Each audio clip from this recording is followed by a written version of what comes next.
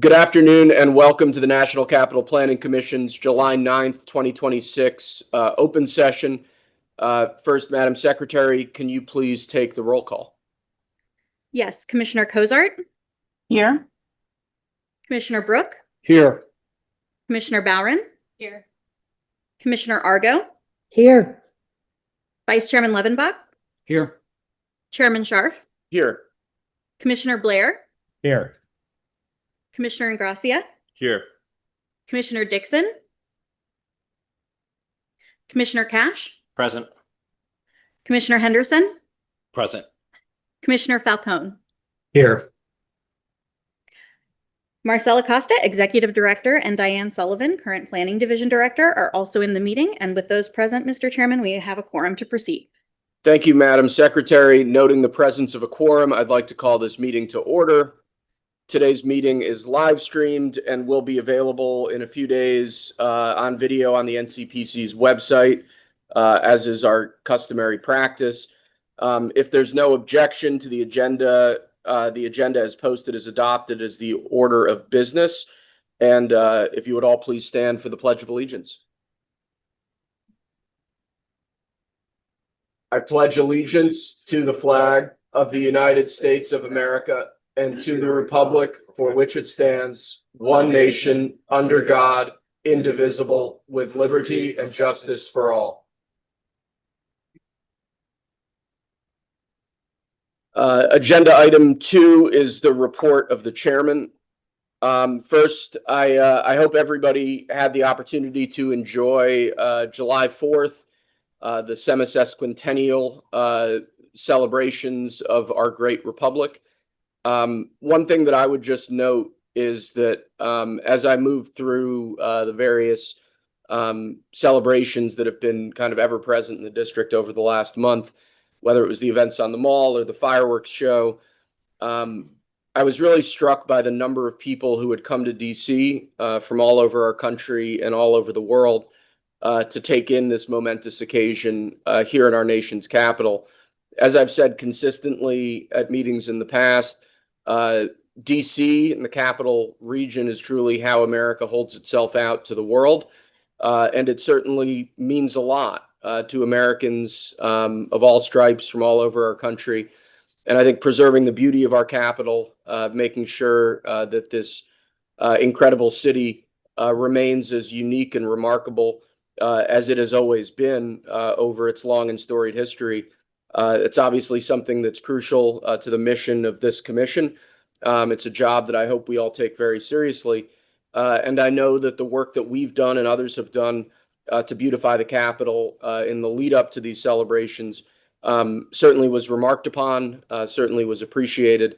And I think it goes without saying that we should continue those sorts of practices. We should continue making sure that this Capitol remains as beautiful a public resource as it has been long into the future. I've been honored to lead this commission over the past year. I think it's been exactly a year now. So we've made it through 12 eventful months. It's been a great honor to get to chair this commission with a history of well over a century now. And I sincerely hope that NCPC will continue doing the outstanding work that it's done. Will continue serving an important and productive role in the future of Washington, D.C., just as it has in the history of Washington, D.C. Second, I'd note that we do have the Monumental Arch back on our agenda today. Last time when we considered this project for concept review, there were unfortunately a number of, let's say, disturbances in the public gallery, which I thought were unproductive. I think it's very important that these meetings continue to remain open to the public. I've tried to ensure that these meetings remain, to the extent possible, in person as opposed to online. We have a lot of people signed up to testify today, which is absolutely a good thing. I think the public deserves the right to comment on matters that come before this commission. And I hope that the public who are present here today are respectful both of the people who have come here to comment on the project, as well as the various commissioners as we deliberate both the arch and really all the other matters that come before this commission for consideration. With that having been said, we have a new representative here today, Daniel Falcone, who's been designated by Congressman Comer's team at the House. Welcome, Mr. Falcone. You follow in big footsteps. First, Ellie McPherson, and was it Paul Giacchetti, I believe was his name? Ellie McGowan and Ellie McGowan. I'm getting these names totally Ryan Giacchetti. Yes. I apologize. I got back to America at about 2 a.m. last night. But yeah, Ellie McGowan and Commissioner Giacchetti. Commissioner Falcone, welcome. We're excited to have you here, and we look forward to having you on our team going forward. That's all I really have today. Thank you, as always, to the professional staff, both for your diligent work in the lead up to this meeting, and also for really teaching me and instructing me over the last year as to the work of this commission. It's been an incredibly rewarding experience for me, and I really appreciate everything that you do and everything that you've done to help me get up to speed and get more familiar with the important work that we do. With that, agenda item number 3 is the report of our executive director, Marcel Acosta. Marcel, you can proceed whenever you're ready. Yeah, thank you, Chair Scharf, and good afternoon. We're pleased to welcome 2 urban planners who have recently joined NCPC's Long Range Planning Division. First, we have Will Oliver. Okay. Will's an urban planner and policy analyst with experience in land use planning, housing and community development, and federal regulatory analysis. Most recently, he served at the U.S. Department of Housing and Urban Development. He also worked at the D.C. Office of Planning and at the Urban Institute. Will holds a bachelor's degree in urban studies and sociology from the University of Pennsylvania. We also have Michael Baczynski. Michael is a transportation land use professional who also worked as a research and project assistant for the National Center for Smart Growth and the Environmental Finance Center at the University of Maryland. He also worked at the Clean Water Fund. Michael holds a master's in community planning from the University of Maryland. Again, welcome to Will and Michael. My written report is in your packets, and I'm happy to answer any questions that you might have. Thank you, Marcel. Do any commissioners have any questions or comments for our executive director? Hearing and seeing none, Will and Michael, welcome to the team. We're excited to have you. This is an incredible group of people, and I'm sure if you've been chosen by our outstanding leadership team that you're up to the job, and we look forward to hearing more from you in meetings in the future. Agenda item number 4 is the legislative update. Megan, do you want to proceed with that? Sure. I don't have any specific legislation with an update this month, but I'm happy to answer any questions on pending legislation if commissioners have any. Do any commissioners have any such questions for our esteemed Secretary General Counsel? Hearing and seeing none, thank you, Megan. And with that, we'll proceed to agenda item number 5, which is our consent calendar. There are 2 items on this month's consent calendar. The first is an application from the National Gallery of Art for approval of comments on concept plans for the West Building 7th Street entrance improvements. The second item is another application from the National Gallery of Art for approval of preliminary and final site development plans for their exterior signage project. Are there any questions or matters for discussion on the consent calendar from any commissioners? Hearing and seeing none, is there a motion to approve the consent calendar? So moved. Thank you, Vice Chairman Levenbach. Is there a second? Second. Thank you. I didn't catch who was first on the second there. That was the reason for my momentary pause. Is there any discussion on this item before we proceed? Hearing and seeing none, Madam Secretary, can you please confirm the motion in the second and take the vote by roll call? Yes, the motion was made by Vice Chairman Levenbach and seconded by Commissioner Henderson. With that, Commissioner Cozart, Yes. Commissioner Brooke, Yes. Commissioner Bowron, Yes. Commissioner Argo, Yes. Vice Chairman Levenbach, Yes. Chairman Scharf, Yes. Commissioner Blair, Yes. Commissioner Ingracia, Yes. Commissioner Dixon, Yes. Commissioner Cash, Yes.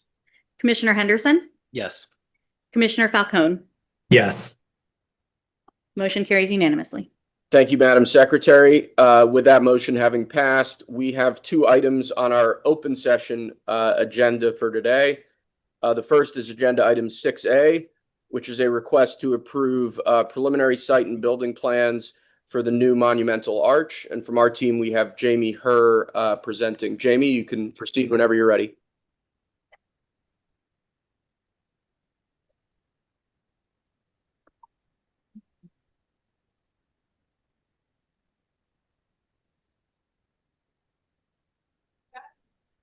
Members of the Commission.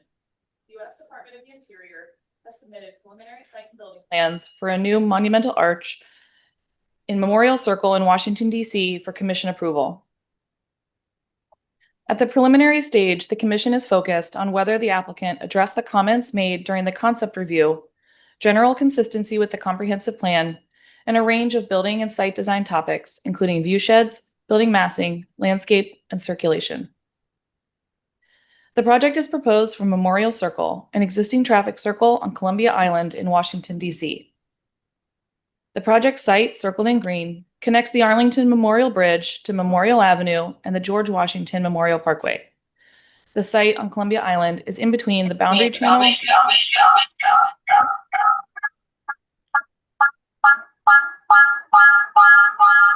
That's a sound I've never heard before in these meetings. Sorry. As a reminder, can all virtual attendees please mute their microphones during the presentation? Thank you. Right. To the west, the Arlington National Cemetery, and to the east is the Lincoln Memorial. Now we'll give a brief overview of the site history. As a reminder from the concept review, the need for a bridge connecting the northern and southern shores of the Potomac River in the area of the Arlington Memorial Bridge was documented as early as the mid-1800s. The concept for a memorial bridge and avenue first emerged after the Civil War and gained momentum when it was included within the McMillan Plan, which proposed improvements to the Washington, D.C. park system. According to the Cultural Landscape Report published by the National Park Service in 2024, the Memorial Avenue corridor was designed as a symbolic and physical link between the Lincoln Memorial, a tribute to the 16th American president, the entrance to Arlington National Cemetery, and Arlington House, the former plantation home of Confederate General Robert E. Lee. The design of the corridor took shape amidst the City Beautiful movement, which promoted formal and classical treatments for architectural, engineering, sculptural, and landscape features, all of which were incorporated into the evolving designs for the Arlington Memorial Bridge and the Memorial Avenue corridor.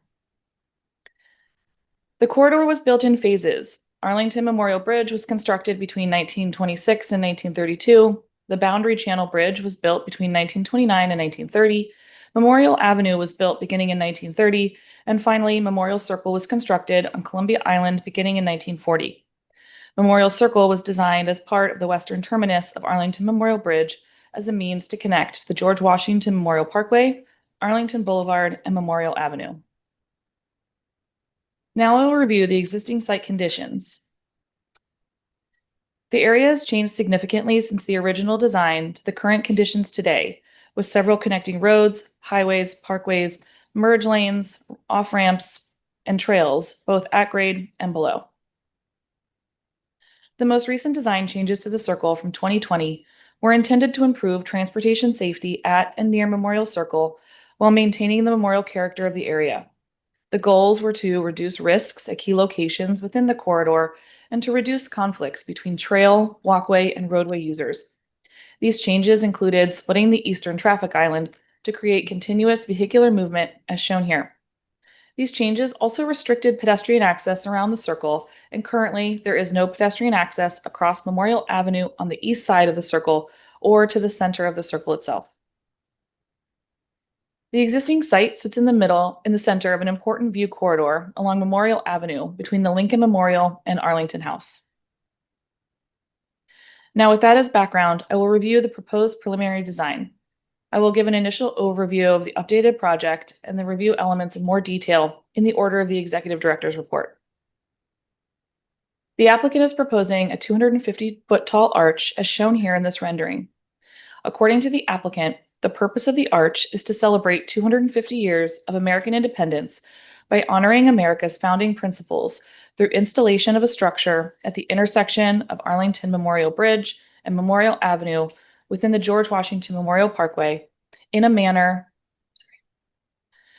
consistent with the avenue's established role as a ceremonial gateway and avenue of heroes celebrating valor, sacrifice, and American heritage.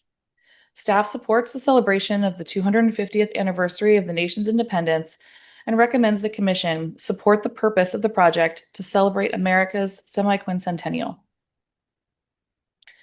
The proposed arch consists of an arch structure with 2 legs at a height of 166 feet to the top of the mezzanine. The observation deck and statuary plinth is 24 feet in height, and the larger central statue is 60 feet, for a total of 250 feet. The exterior of the proposed arch will be clad in stone. The vertical faces of the arch facing east and west, previously at the concept plan, included recessed or framed spaces that would typically house statuary or relief sculpture, but have been replaced with a smooth surface. The remaining sides retain these recesses. As at the concept review, no specific details on the future use of these spaces has been identified.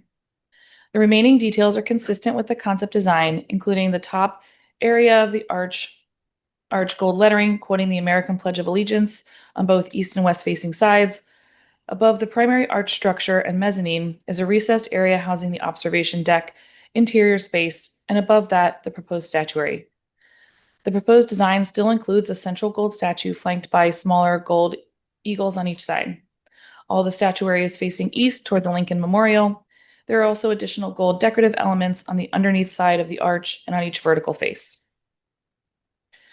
The proposed interior of the arch has been updated. At the ground level in the south leg is ticketing and security, back of house spaces, stairwells, and elevators. In the north leg is an exit hall, back of house spaces, stairwells, and elevators. At the mezzanine level above the legs, the plans include a stair hall, restrooms, program spaces, and stair and elevator lobbies. 2 of the staircases and 1 elevator in the center of the mezzanine provide access to the observation level above. The proposed arch sits within a plaza that includes granite pavers encircled by a seat wall and 2 pedestrian access points lined with bollards. The 2 access points face east and west, aligned with the opening of the arch. The circle is shown with the new pedestrian crosswalks connecting visitors via pedestrian refuge islands and new traffic signals. This enlarged detail of the proposed site plan shows the Belgian block apron, a planting strip that will be used for stormwater management, a barricade seat wall, granite pavers, and bollards. The updated design includes recessed lighting and traffic signals at the crosswalks. The circle is shown with new pedestrian crosswalks and post-mounted pedestrian actuated traffic signals, connecting visitors via pedestrian refuge islands next to the traffic circle.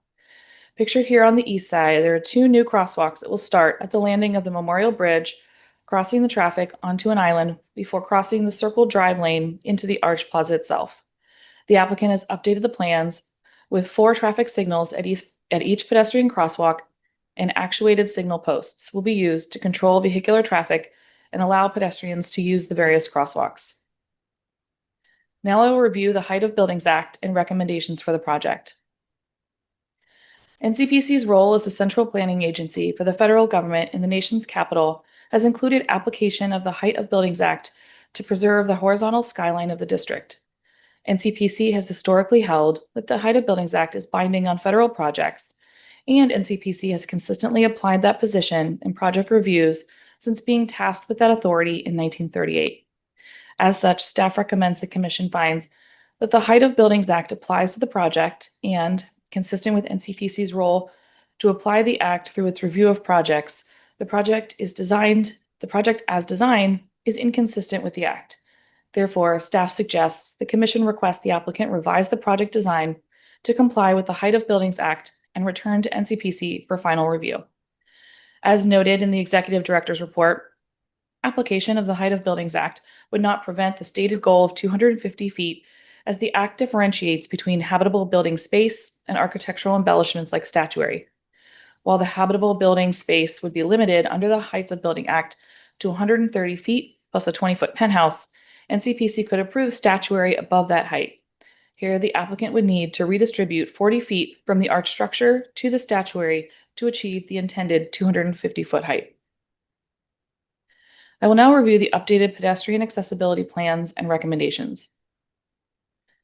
The concept plans indicated new pedestrian crosswalks with pedestrian actuated signals, but no other details about pedestrian access or safety, and the Commission requested a transportation study that evaluated the proposed pedestrian access to ensure visitors could avoid pedestrian vehicular conflicts.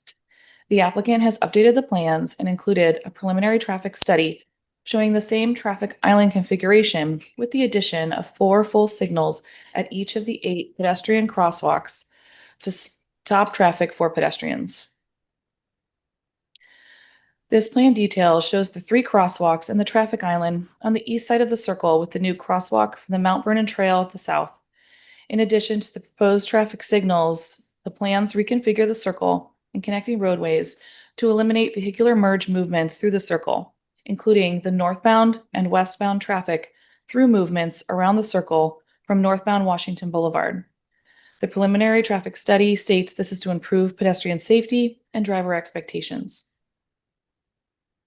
Staff finds the traffic movement will be simplified, and the addition of pedestrian activated traffic signals will provide safer pedestrian and bicycle circulation for visitors to the arch as well as daily commuters.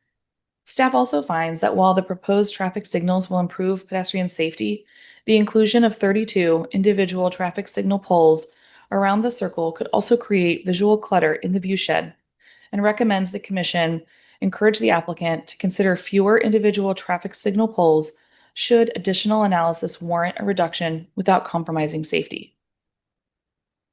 Now I will review the proposed vehicular network changes and recommendations. As previously noted, there is currently no pedestrian access via crosswalks to the circle or across Memorial Avenue on the east side, as the circle sees heavy volumes of traffic, especially from northbound Washington Boulevard to eastbound Memorial Bridge and from the bridge to northbound Arlington Boulevard.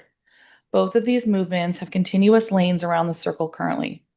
At the concept review, the Commission requested a transportation study that identifies any potential impacts of the proposed project on the road network and level of service. The applicant has prepared a preliminary traffic study, and according to the submission, the plans include removing the left turn lane on northbound Washington Boulevard to enter the circle and continue north and west.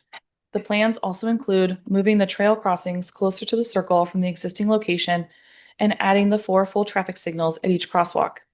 The study notes that there will be impacts to vehicular traffic and access around the circle, including the removal of the northbound and westbound movements around the circle, where visitors will no longer be able to access Arlington National Cemetery directly from Washington Boulevard. The study notes that there will be, The applicant has also stated that further refinement of traffic signal timing will occur as visitation to the arch is better understood. The District Department of Transportation, or DDOT, and Arlington County have submitted comments on the preliminary information, and staff recommends the Commission request the applicant provide, as part of the final submission, updated information regarding the potential off-site impacts to the vehicular transportation network in response to comments from DDOT and Arlington County, and request the applicant continue to work with the Federal Highway Administration, District Department of Transportation, Arlington County, and other agencies as appropriate regarding the proposed changes and impacts to the surface transportation network. Now I will review the proposed loading and unloading plan and recommendations. At the concept review, the Commission requested information regarding parking and loading and unloading for visitors to the arch to ensure safe access for those of all abilities and minimize disruption to the traffic network. The applicant is proposing to utilize the Arlington National Cemetery garage for visitor parking and Memorial Avenue for visitor pickup and drop-off. As such, staff recommends the Commission requests the applicant provide details regarding pickup, drop-off, and loading locations and coordinate with Arlington National Cemetery prior to final review regarding the use of the Memorial Avenue and the cemetery parking garage for arch visitor parking. Next, I will review visitor safety and their recommendations. At concept review, the Commission requested the applicant provide, as part of this review, a risk assessment and evaluation of the project to ensure that the proposed design will address security considerations. The applicant included a summary of the project's security considerations and details regarding the site elements, including the barricade seat wall, bollards, security cameras, and interior screening features.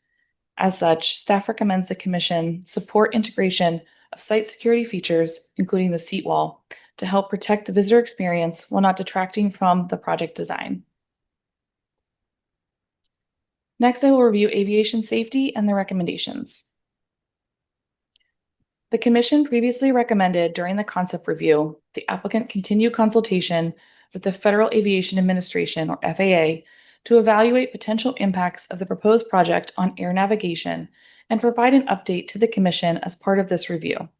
The Commission also advised the applicant that any design recommendations provided by the FAA should be incorporated into the proposed project prior to the Commission's final action.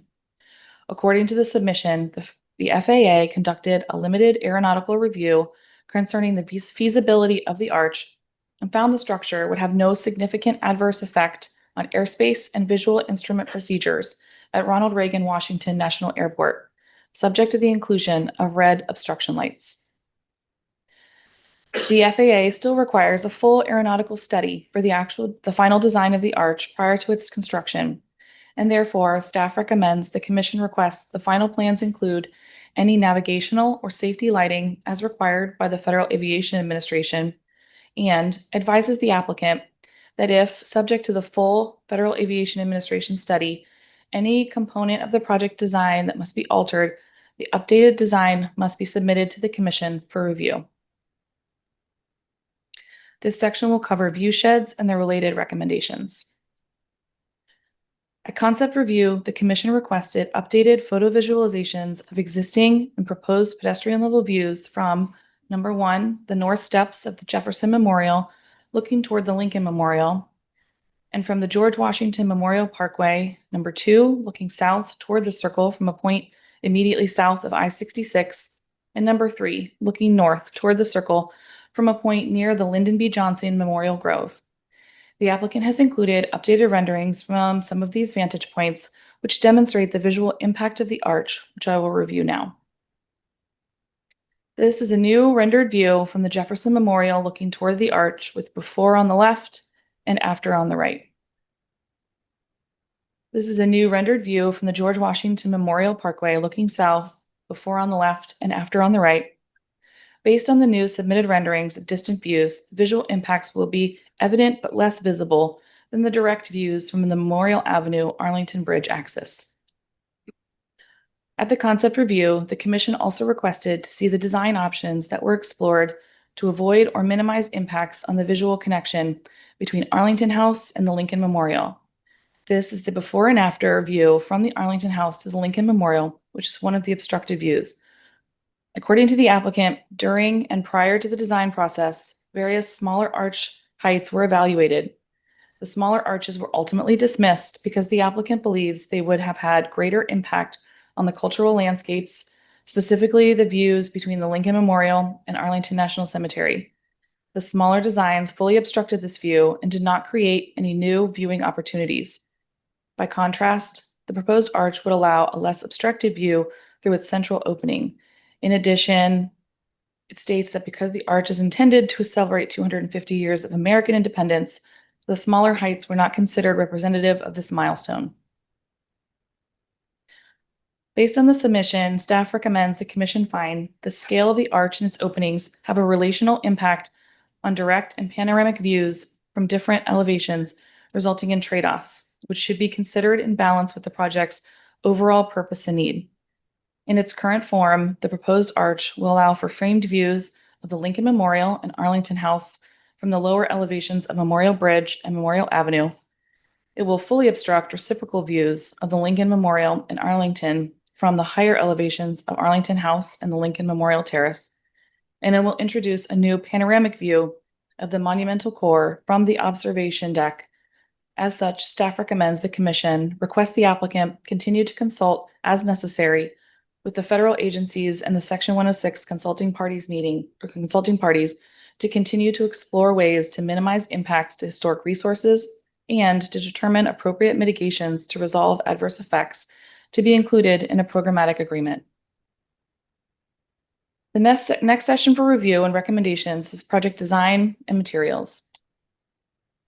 At the concept review, the commission requested the applicant provide, as part of this submission, information regarding the proposed arch and site materials palette, including cladding, paving, pedestrian features, and security elements, the proposed lighting strategy, including nighttime renderings from key views, demonstrating the lighting concept and context, and the proposed stormwater management strategy.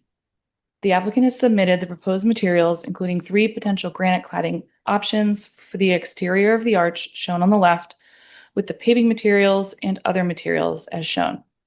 Staff recommends the commission request that, prior to final review, the applicant provide information about the final granite cladding selection. The submission states the applicant intends to include lighting at the site, including in-ground recessed uplighting, uplights above the impost base, entablature, attic story, into an uplighting of the statuary, and 8 14 to 20 foot tall ground-mounted light stanchions. Pictured here are planned around the circle to ensure the arch is brilliantly illuminated. The applicant has provided 2 rendered nighttime views shown here, and staff recommends the commission request the applicant submit a narrative describing the proposed lighting concept and its relationship to the Lincoln Memorial and Arlington National Cemetery that includes relevant details on the proposed lighting stanchions and any other site lighting, including illumination levels proposed, such as foot lambers or other measure, to understand the relative brightness of the monument as compared to other national monuments and memorials, and to protect the lighting hierarchy of the National Mall.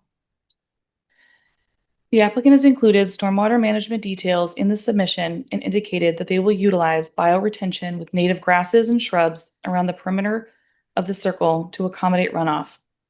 Additional coordination with the District Department of Energy and Environment will be necessary to meet all applicable permitting requirements. Finally, our project coordination recommendations for the applicant to consider that were not already mentioned. At the concept review, the commission previously requested, as part of this submission, updates on the Section 106 process and the National Environmental Policy Act evaluation process, as completion of both is required prior to the commission's final action. The applicant is lead federal agency for the preparation of the environmental assessment and finding of no significant impact pursuant to the National Environmental Policy Act. And NCPC utilized the applicant's environmental assessment for purposes of compliance with NEPA.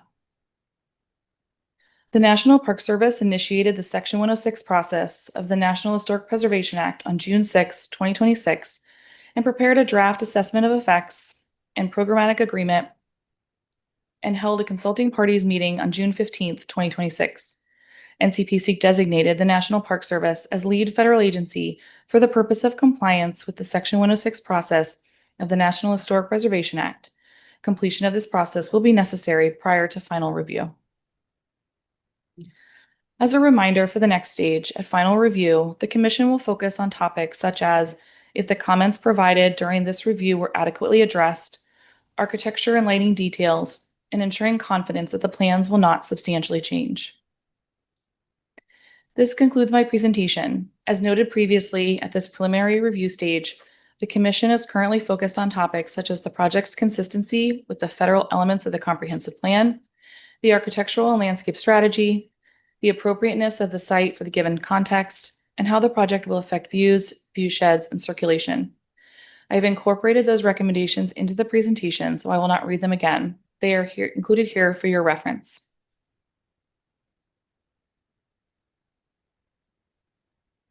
In conclusion, staff recommends the Commission approve the preliminary site and building plans for the proposed monumental arch located Memorial Circle in Columbia Island in Washington, D.C. with comments to be addressed prior to final review. Finally, I want to acknowledge that NCPC has received a substantial number of public comments on the project. The vast majority of the comments received were in opposition, and the most common concerns related to the impact to the setting of Arlington National Cemetery, views, height, and scale, and safety. The applicant team and the architect are here to answer any questions the Commission may have, and staff is available as well. Thank you. Thank you, Jamie. I have a couple questions actually for the project team, if there are folks who are available. First, how far, with respect to parking, how far is the Arlington sort of parking complex from the arch itself. Do we know that? Yeah.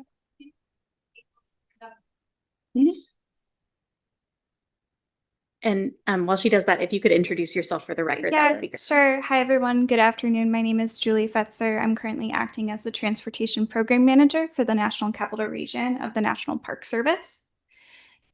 So as you can see on the map here, the ANC parking areas, which are indicated on the bottom left-hand side of the screen, are generally the areas where people would park and then walk up King Street and then down Memorial Ave. So it's about a 10-minute walk. Okay. I don't have the linear feet handy. We can include that in our final submission. And if somebody were like taking an Uber over or whatever, they would be dropping off in that proposed loading unloading area. Is that the idea? Either in that loading and unloading area or more likely along Memorial Ave. Interesting. Okay. Will we have details on what's going into the recessed spaces and sort of the, I guess, statuary type stuff prior to final in September? Is that something that's what I'm trying to avoid is having to come back in with new plans and go through this whole process again? Yeah, the plan is that the structure, I'm Nicholas Sharpton with Harrison Design. The plan is that the monument itself will not change, but the statue will be fitting in within the niches and Okay. areas that have been created within it. So, Gotcha. and that'll be submitted to the Commission of Fine Arts on its own track, and then ultimately here. Do you know rough timeline on that, or? I don't know. Okay. And then lastly, before we bring this in for final, would it be possible to get rendered views from the observation deck itself?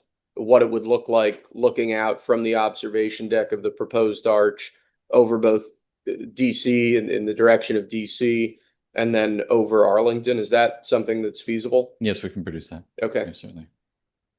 That's all I have. Do any other commissioners have questions either for Jamie or for the project team? Vice Chairman Levenbach. So I want to talk about the traffic pattern and make sure I understand what you've done here.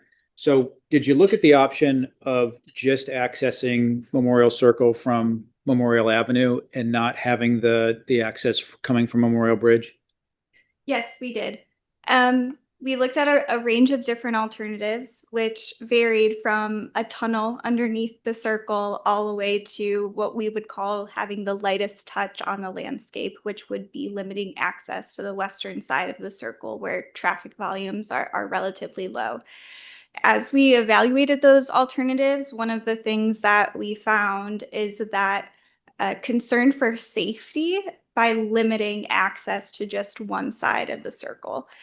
Generally, pedestrians are going to take the path of least resistance. So if they have to go out of their way in order to reach a crosswalk, they're more likely to take unsafe behaviors and try to divert into traffic in order to get to where they're going. So as folks are walking along Arlington Memorial Bridge, they're going to be very drawn to the arch, kind of want to get there as quickly as possible. So because of that, the expectation for them to go out of their way and walk around the circle in order to access it did not feel like a realistic expectation.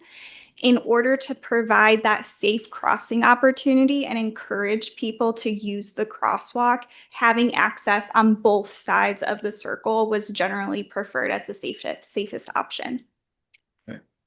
And I think we talked about how many estimated visitors you think you're going to get in a year in the last meeting. Have you run those numbers to get an idea?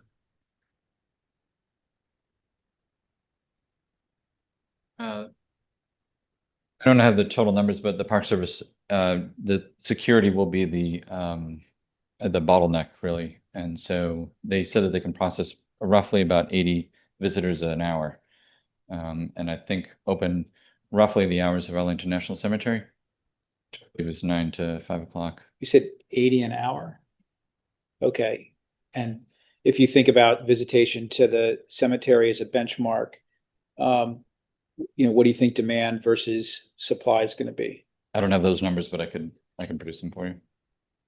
Yeah, because that'll give you an idea of foot traffic. I think there's 4 million people that visit the cemetery every year. Not that everybody would go to the arch, or other people would go just to the arch and not necessarily to the cemetery. But it'd probably be good to think through like how much foot traffic you're going to get, supply and demand, how 80 would match up with demand.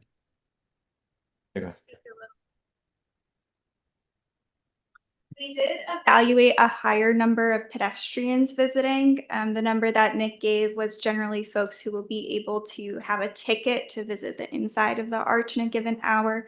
We evaluated a much higher number. We evaluated up to 900 pedestrians visiting the center of the circle every hour.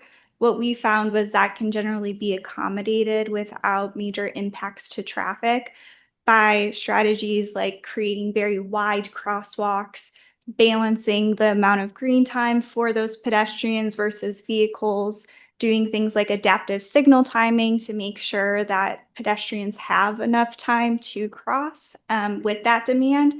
So we are confident that we can, the traffic signals that are proposed surrounding the circle in combination with the pedestrian infrastructure that is proposed is able to handle a much higher number of visitation per hour. Thank you. I have a question. Commissioner Ingracia? Thank you for the presentation. I thought it was very detailed, especially with the planning and attention that went into safety features, managing foot traffic, car traffic. Just had a question. It seems like there's a lot of like, traffic signs now and lights and posts combined with the lighting surrounding the arch itself. I'm wondering if there's concern that there may be a little too much visual clutter at this stage, at least based on these plans, and if there's anything being considered to potentially mitigate some of that visual clutter. Yeah, of course. Thank you for the question there. The number of traffic signals that are currently proposed was a conservative look at potentially the maximum number that would be needed at this point in schematic design. As we move forward, those number of traffic signals will be reduced to those that are needed in order to provide visibility for drivers to the signals themselves. So right now there's 4 proposed per crosswalk. We would anticipate that number to go down to between 2 to 3 for most of the crosswalks as the design progresses.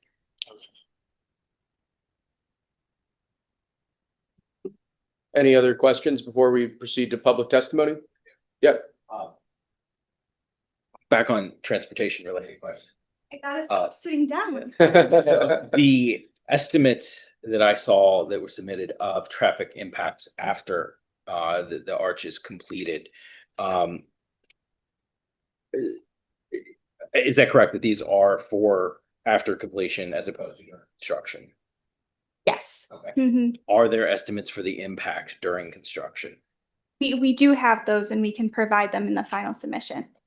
That's something I would like to see. Okay. There's also, I think, from looking at the maps, but not entirely clear, during construction, is there going to be eastbound traffic from the direction of the cemetery or southbound Parkway to the bridge? Yes, so eastbound traffic coming from the cemetery will be routed to the northern side of the circle. So the northern side of the circle, which is currently one-way westbound, will now feature two-way traffic during that temporary maintenance of traffic period during construction. And then the other movement that you asked about, can you remind me? No, that was That was it? that was it. Other than Okay. also noting that, there is a significant rehabilitation of the Roosevelt Bridge going on at the same time. Correct. So we're going to be layering traffic impacts upon traffic impacts for roughly the same 3-year period. So that would be just a consideration in Mhm. how to execute. A separate question, and this was raised in the comments by various Arlington County entities, was, and I appreciate the contact with the FAA on the design and the lights, and I think that's very important. But they raised 2 issues. One is the height of the cranes during construction and impact on air traffic with that. Is that something that is being discussed?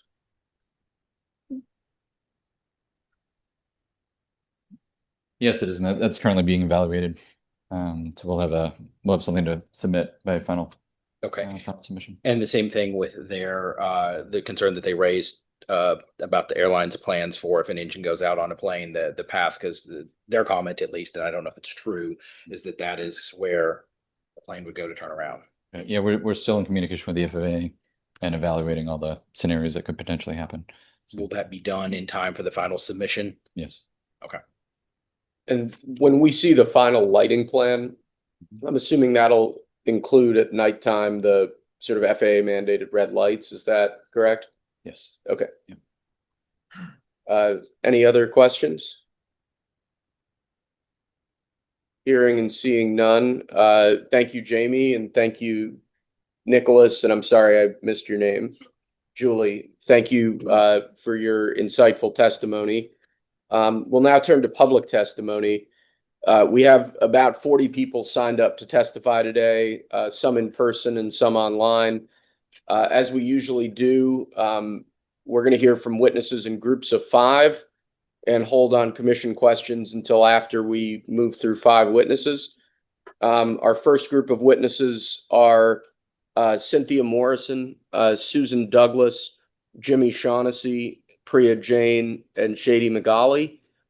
Cynthia Morrison, Ms. Morrison, I believe you're here in person. I see somebody coming forward. There we are. Thank you, ma'am. You'll have 3 minutes to provide your testimony. And as I've done in previous meetings, I try to give at least a little bit of leeway towards the end of that period, but also try to keep things on time in order to keep things going and make sure we're staying in concert with our rules. But Ms. Morrison, you have 3 minutes to provide your testimony, and please proceed whenever you're ready. Okay. Good afternoon. My name is Cynthia Morrison. I'm from North Carolina, and I'm a Gold Star mother. My perspective comes from generations of service. My father served our country. My grandfather and my uncles on both sides of our family served as well. Service, sacrifice, and honoring those who wear the uniform have always been part of my family's story. My son, Landon Joseph Morrison, carried forward that tradition. He was a graduate of the United States Air Force Academy, and he served honorably in both the United States Air Force and the United States Space Force. Tragically, he passed away last July, and his death was determined to be 100% service-connected. I want to begin by saying that I am not opposed to honoring our nation or commemorating the 250th anniversary of the United States. My concern is not with commemoration itself, but with this specific proposal, its location, its scale, and its impact on a historic memorial landscape. The open space between the Lincoln Memorial and Arlington National Cemetery is not just empty land. It is deliberately designed and historically significant memorial vista. That unobstructed corridor was intended to create a direct visual and symbolic relationship between President Lincoln's leadership in preserving the Union and an immense human cost represented by those interred at Arlington National Cemetery. The Arlington Memorial Bridge is not simply a crossing between 2 points in Washington, D.C. It's part of a carefully designed connection between 2 sacred spaces. Whether looking toward Arlington from the Lincoln Memorial or back toward the Lincoln Memorial from Arlington, that unobstructed vista creates a powerful relationship between leadership, history, service, and sacrifice. When I cross that bridge, my attention is drawn toward Arlington National Cemetery and what lies beyond those gates. Those are grounds I have walked with my son as he was beginning to think about his own path in life. When he was in the 8th grade, we watched the changing of the guard at the Tomb of the Unknown Soldier together. We stood among those rows of headstones and reflected on what service and sacrifice truly mean. And even after that experience, he chose to serve this country. For me, that view is not merely visual, it is remembrance. It represents continuity and sacrifice and the lived reality of military service and loss. I'm deeply concerned that placing a large monument in this corridor would alter that experience by shifting the focus away from Arlington itself and toward the structure. The landscape has long allowed reflection and reverence to remain in its center. Some landscapes derive their meaning not from what is added to them, but from what has been intentionally left undisturbed. I respectfully ask the Commission to consider not only what is being proposed, but what already exists in this space and what could be lost if its character is permanently changed. Thank you for your time and consideration. Thank you, Ms. Morrison. Our next witness is Susan Douglas, who I believe is also here in person. And Ms. Douglas is representing the Third Act Virginia and will therefore have 5 minutes to provide her testimony. Ma'am, you can proceed whenever you're ready. Good afternoon. In June, I voiced concern about the arch and its disregard for the historical viewshed, the disrespect it would convey to those who fought for our country, traffic issues at Memorial Circle, FAA concerns about local air safety, and a pending lawsuit and congressional bill, both intended to stop construction of the arch. Today, I have two additional concerns. Construction of the arch requires congressional approval, and the National Environmental Policy Act, NEPA, must be carefully considered. We have just celebrated the 250th anniversary of our independence, which was secured and has been sustained by the U.S. Constitution since 1787. That is the supreme law of the land, and it serves as the foundation for our legal system. Article 4, Section 3, Clause 2 of the Constitution states in part, the Congress shall have power to dispose of and make all needful rules and regulations respecting the territory or other property belonging to the United States. Known as the Property Clause, it grants Congress supreme authority over these assets. Simply put, Congress decides whether, where, when, and what may be built on federal land. Memorial Circle is administered by the National Park Service. It is federal land and falls under the jurisdiction of the Property Clause of the Constitution. Approval for building on this land rests solely with Congress. Trump's assertion that he does not need congressional approval for the arch is absurd. He is relying on congressional authorization granted in 1925 for two pillars that were never built and bear no resemblance whatsoever in size, scope, or style to the proposed arch. This 100-year-old authorization provides no legal standing given the updated federal laws and review processes. At your June meeting, you agreed that NEPA requires you to assess the environmental effects of the arch before rendering a decision. The NEPA process provides for public review and comment on any significant impact on human environment resulting from the arch, to include human relevance. In other words, any direct or indirect threat or harm to cultural resources. The arch is a direct threat to the historic and cultural significance of the viewshed between Arlington National Cemetery and the Lincoln Memorial. That viewshed symbolizes the reunification of the North and South following the Civil War. This is our history. It must not be rewritten. Memorial Circle is an open and reflective space which commands the solemnity owed to the hallowed grounds where over 40,000 service members and their families are buried. This peaceful space is a cultural resource and must be preserved. The arch would be a slap in the face to our veterans, and it would directly harm those for whom this space is sacred. Public comments provided to CFA, NCPC, and NPS have been overwhelmingly opposed to the arch for this very reason: harm to human relevance. Over 1,600 written comments were sent to the CFA, 99.8% opposed. You received nearly 2,000 written comments between this meeting and last. Vast majority strongly opposed. During a recent public comment period provided by the National Park Service, 100,936 comments were submitted, and an AI conducted review by NPS showed that those comments are overwhelmingly in opposition. Very little support for the arch. The people have spoken. We do not want this arch built at Memorial Circle, sacred ground for Arlington National Cemetery and part of the historically significant view from the cemetery to the Lincoln Memorial.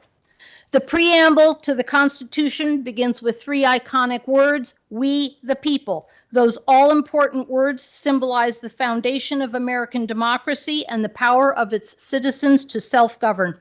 I urge you to listen to and respect the wishes of the people and to acknowledge that Congress has the final say in this matter. Thank you. Thank you, Ms. Douglas. Next, we have Jimmy Shaughnessy, who I believe is in person. Mr. Shaughnessy, you'll have 3 minutes to provide your testimony, and please proceed whenever you're ready. Thank you, Mr. Chairman. Good afternoon, everyone. I'm here today to voice my opposition to the planned construction of the Triumphal Arch and Memorial Circle. I speak as a private citizen, a Marine Corps combat veteran, son of a veteran, and grandson of generations of combat veterans spanning nearly 200 years. Buried in Section 60 are my great-grandfather and my great-grandmother, both of whom served in our nation's conflicts. He with sword and rifle on horseback, she working triage in Army field hospitals. The origin of this arch was not born from conversation. We don't want stunning views and fees. We want our peace. We want the integrity of Arlington's entrance to be preserved. This arch is not for the people. This arch is for one person. For whom do we owe our allegiance? Our nation's warriors learned from history and from ancient history to craft new forms of fighting in hopes of preserving our democracy. Our democratic values have been tested within our ranks before. They did not cease to prevail then, and they have not ceased to prevail for the next generation. At the previous meeting, there was discussion of stunning views gained from this arch. What are the views that we lose? Every view from our contemplated landscape will be dominated by this overt symbol of hasty, selfish celebration. Approaching drivers will have their view of Arlington obstructed as they gawk at the mammoth sterling white blocks of stamped facade. Once atop the observation deck, there are 2 choices. Gawk with an amusement-like stare at the cotton-bright gravestones diligently plotted across the hillside, or turn your back on our fallen comrades and take in the stunning views. The administration has chosen to ignore the established protocol and the precedent for this project, which is allowing Congress to write into law the authorization for construction of a memorial structure. Instead, rubber stamping every aspect of this project, contradicting the very purpose of pre-established criteria meant to determine the structure's path. The precedent cited for this project is beyond flawed and outdated. 100 years old and 2 pillars apart is hardly sturdy footing for an arch. This project does not honor any living or deceased patriot of ours. This is not political. This is eternal. We, the uniformed, fought for a better life for ourselves, our families, and the next generation of patriots. We united around the flag during deployments in incredibly hard times. We united around the upturned rifle, skewered into their empty boots. We are still united by our service. We are continually united by these places. We find unity in these spaces. We will be united by parks. We will not be united by an arch. Thank you. Thank you, Mr. Shaughnessy. Next up, we have Priya Jain, who's, I believe, with us virtually. She is representing the Society of Architectural Historians and will have 5 minutes to provide testimony. Ms. Jain, please proceed whenever you're ready. Thank you. Good afternoon, Commissioners, and thank you for the opportunity to speak. My name is Priya Jain, and I speak here today as Chair of the Heritage Conservation Committee of the Society of Architectural Historians. These views do not represent those of my employer, Texas A&M University. The Society of Architectural Historians, founded in 1940, is the leading organization for architectural history in North America. We previously voiced serious concerns about the proposed Monumental Arch at your last meeting in June, particularly that it disrupts historically significant views of national landmarks. Despite any substantive improvements, the applicant has resubmitted their plans for approval in less than a month. All information the applicant has added, for example, for Section 106 compliance, overwhelmingly indicates that the arch will have detrimental impacts on our national historic properties. We therefore ask you to vote not to approve this project and offer the following reasons in support.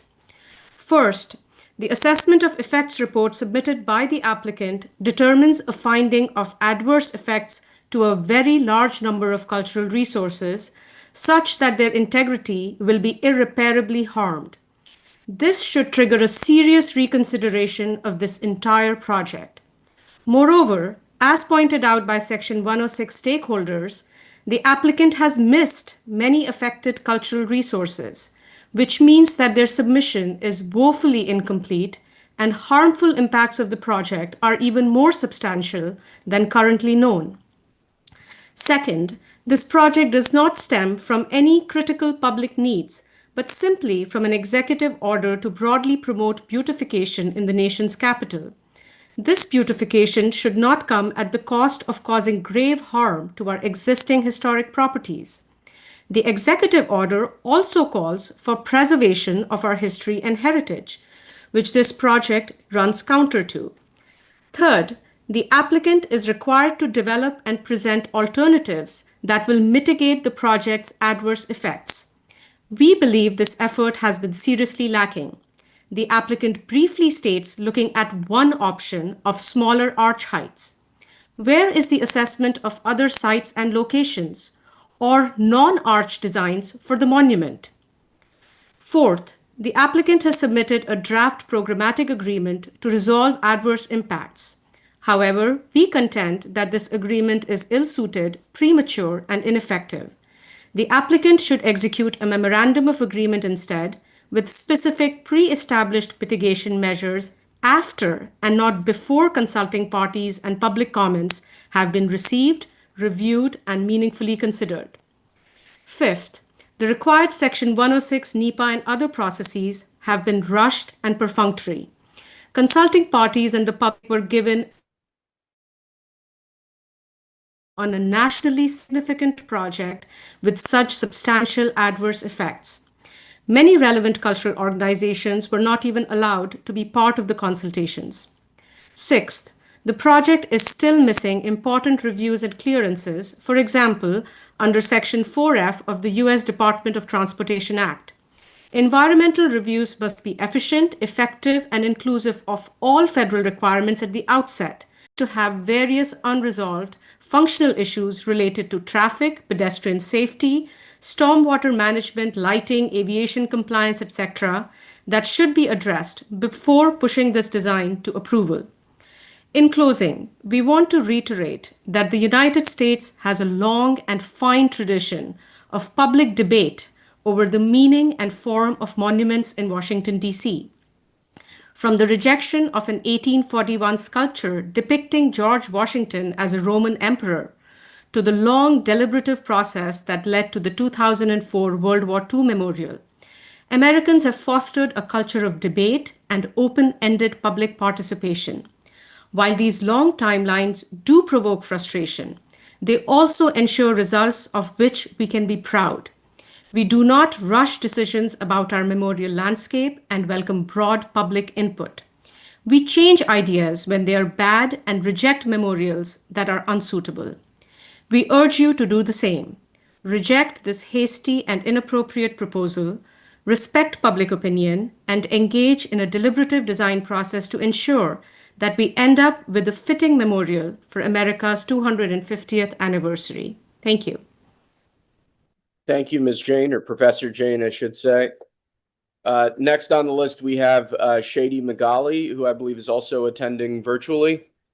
Mr. Magali, you have 3 minutes to provide your testimony, and please proceed whenever you're ready. Okay. Good afternoon, Chairman and Commissioners. My name is Shady Magali. I speak as a professional architect, founder of ME Innovations, and the designer of the Independence Arch, an alternative proposal for the Monumental Arch at Memorial Circle. The updated design is displayed behind me today, and I have submitted revised hard copies to the Commission. These revisions address the historic preservation and visual concerns identified during the Section 106 review and in public comments. Preserving key historic sightlines while creating a distinctly American national land. I agree with a key point raised by architectural critics. Authentic classical architecture is defined by proportion, hierarchy, and disciplined composition, rather than the replication of historic monuments. The Independence Arch was conceived as an original American civic monument that preserves the historic landscape, ensure public safety while minimizing the conflict with traffic, and incorporate a meaningful annual Independence Day solar event that commemorate the signing of the independence, the Declaration of Independence, in a way found nowhere else in the world, rather than an imitation. The proposal demonstrates that we can achieve the project's patriotic purpose while preserving memorial circle craft characters and creating a landmark worthy of America's 250th anniversary. As a practicing architecture, I am presenting and submitting a complete architectural solution rather than simply expressing opposition of the current proposal. The design package documents the architectural concept, site planning, preservation consideration, and public benefits, supporting analysis for independence option. In the spirit of the Section 106 process, which encourages the consideration of alternatives that avoid or minimize adverse effects, I respectfully ask the Commission to recognize this fully developed alternative and give it thoughtful consideration. Thank you. Thank you, Mr. Magali. That concludes our first group of 5 witnesses. Do any commissioners have any questions for any of these 5 witnesses? Hearing and seeing none, we'll move to our next group of 5 witnesses who are, and again, excuse me if I get any name pronunciations wrong, but Meg Cowan, Carolyn Quiebler, Michael Lemon, Neil Rockland, and Gary Langston. Ms. Cowan, I believe, is attending virtually. Are you with us, ma'am? I am, yes. Ms. Cowan, you have 3 minutes to provide your testimony, and please proceed whenever you're ready. Thank you. My name is Meg Cowan, and I live in Wilmot, New Hampshire. As an American citizen, I strongly oppose approval of the preliminary and final site and building plans for the proposed new monumental arch. NCPC should not approve this project. At its June meeting, the Commission identified serious unresolved issues involving traffic and pedestrian safety, parking and loading, height justification, FAA coordination, materials, lighting, security, Section 106, and NEPA. These are not minor details to be cleaned up after approval. These are threshold issues that go to whether this project is appropriate, lawful, safe, and respectful of its setting. The aviation issue alone should prevent approval at this time. A preliminary FAA review is not the same as a completed aeronautical study, especially for a 250-foot structure near Reagan International Airport and its approach and departure corridor. The fact that this so-called monument would require red obstruction lights only underscores how inappropriate it is for the solemn landscape near Arlington National Cemetery. I have worked in New Hampshire tourism for more than 40 years, including as a tour guide in the White Mountain National Forest. I know what happens when a place becomes a required stop. Buses arrive, crowds gather, traffic backs up, trash appears, restrooms and walkways are strained, and the place itself starts serving the attraction instead of the other way around. That may be manageable in a large recreation area designed for visitors. It is entirely wrong for the solemn civic and commemorative landscape near Arlington National Cemetery and the nation's Memorial Corps. Most importantly, this proposal is an affront to the men and women buried at Arlington National Cemetery. Those who gave their lives in service to this country should not have a 250-foot vanity monument looming over the landscape where they are laid to rest. Arlington is not a backdrop, a branding opportunity, or a place for self-glorification. To impose this arch there would be, in my opinion, a desecration of the memory of our war dead. A 250-foot occupied arch with elevators, ticketing, restrooms, programming space, and an observation deck would create a spectacle and a pressure point in a place that demands restraint. This project would not honor that landscape, it would desecrate it. NCPC should not approve the preliminary or final site and building plans. This application should be rejected, deferred, or withdrawn. Thank you. Thank you, Ms. Cowan. Next up is Carolyn Kuebler, who I believe is with us in person. Ma'am, I'm sorry if I'm getting your last name very wrong. How do you pronounce it for the record? Good afternoon. My name is Carolyn Kuebler. Kuebler. I am an apologize. architect who has been practicing in Washington, D.C. for almost 50 years. I am also an inveterate history buff, especially of American history.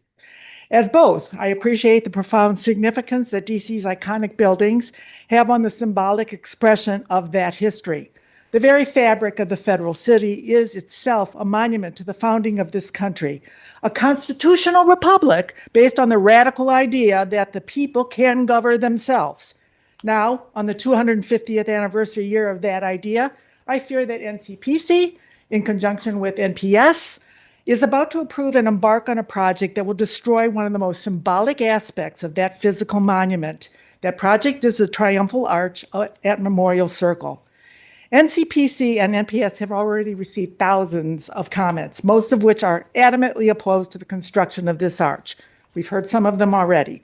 Major objections are based on important considerations such as safety, pedestrian, vehicular, and air, design, the height and the mass of the arch are wildly inappropriate, environmental impacts, studies are incomplete, legal, various federal laws governing construction of federal monuments, as well as those requiring adherence to local review processes, have been flouted.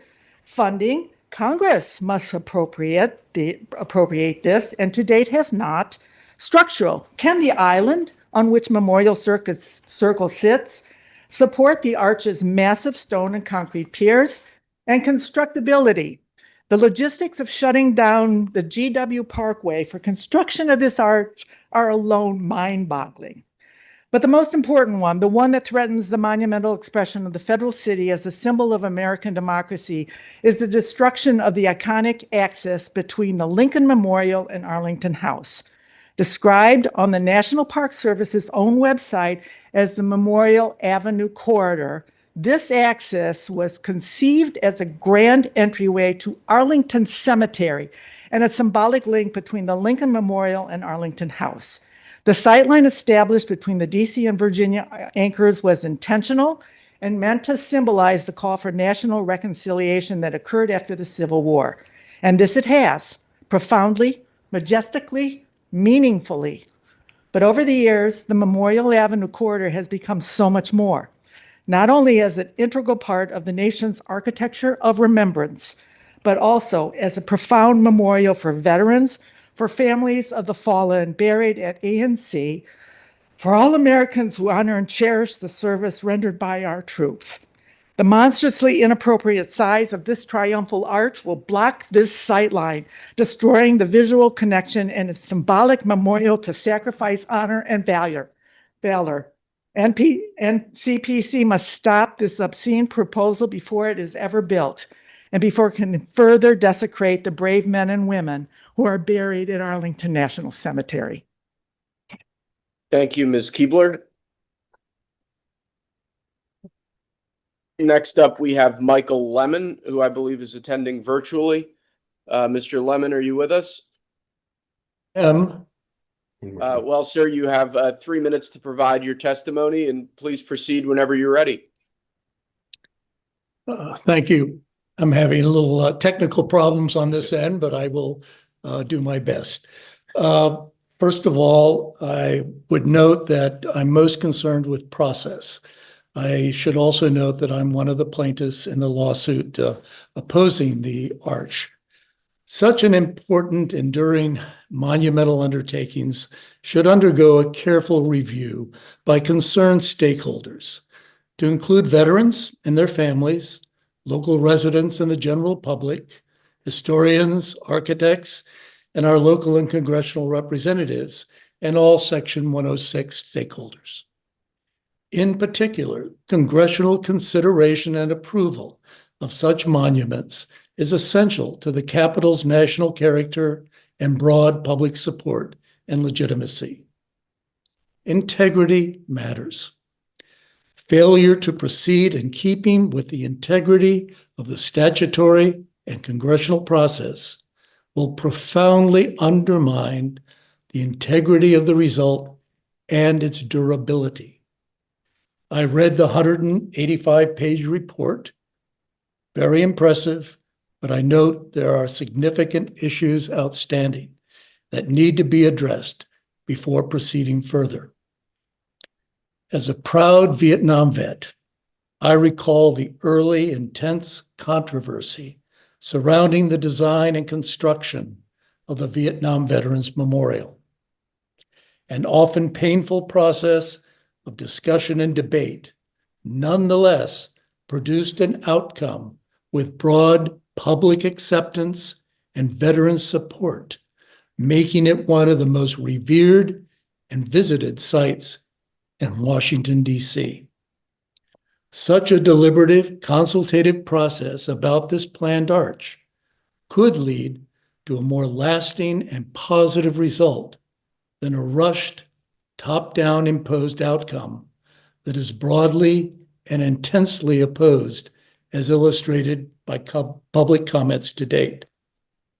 Lastly, I urge members to walk the hallowed grounds at Arlington National Cemetery if they have not yet done so, to assess the impact of this monumental arch, especially on internment ceremonies and gravesite visitation and access. As a combat veteran, I feel a duty to protect the memory and honor the sacrifice of my comrades and all those buried there. This vainglorious monumental arch does neither. Thank you for your consideration. Thank you, Mr. Lemon. Thank you, Mr. Lemon. Next up, we have Neil Rockland, who I believe is with us in person. Mr. Rockland, you have 3 minutes to provide your testimony, and please proceed whenever you're ready. Thank you. I am Neil Rockland. 3.5 years ago, I was elected to serve as commissioner for ANC 2FO2, and I am also on the Community Development Committee for 2FO2. Last month, I attended the National Capital Planning Commission meeting. I heard testimonies regarding the monumental arch and returned to my district planning to poll my constituents to gather their opinions about the arch. And I asked if they wanted me to testify before you, and it was unanimous. All respondents wanted their voice to be heard, and all were opposed to the monumental arch. On July 2nd, I read in the Washington Post, DC official tells Trump to build his arch somewhere else. Then I reviewed all of my constituents' opinions to discover what was the basis for their opposition. My constituents objected to the monumental arch blocking the sightlines from the Lincoln Memorial to the Lee House, destroying the solemnity of Arlington National Cemetery.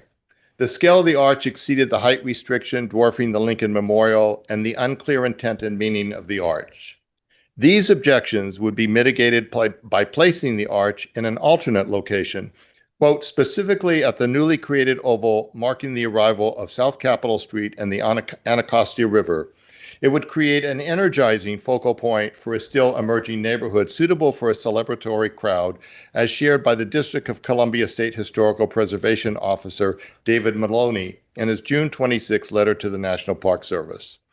I conclude that by adopting the recommendation for an alternate site, the monumental arch would not become an object of divisiveness and win the support of my constituents, serving to unite people in the District of Columbia and become another reason for citizens throughout the country to visit their nation's capital.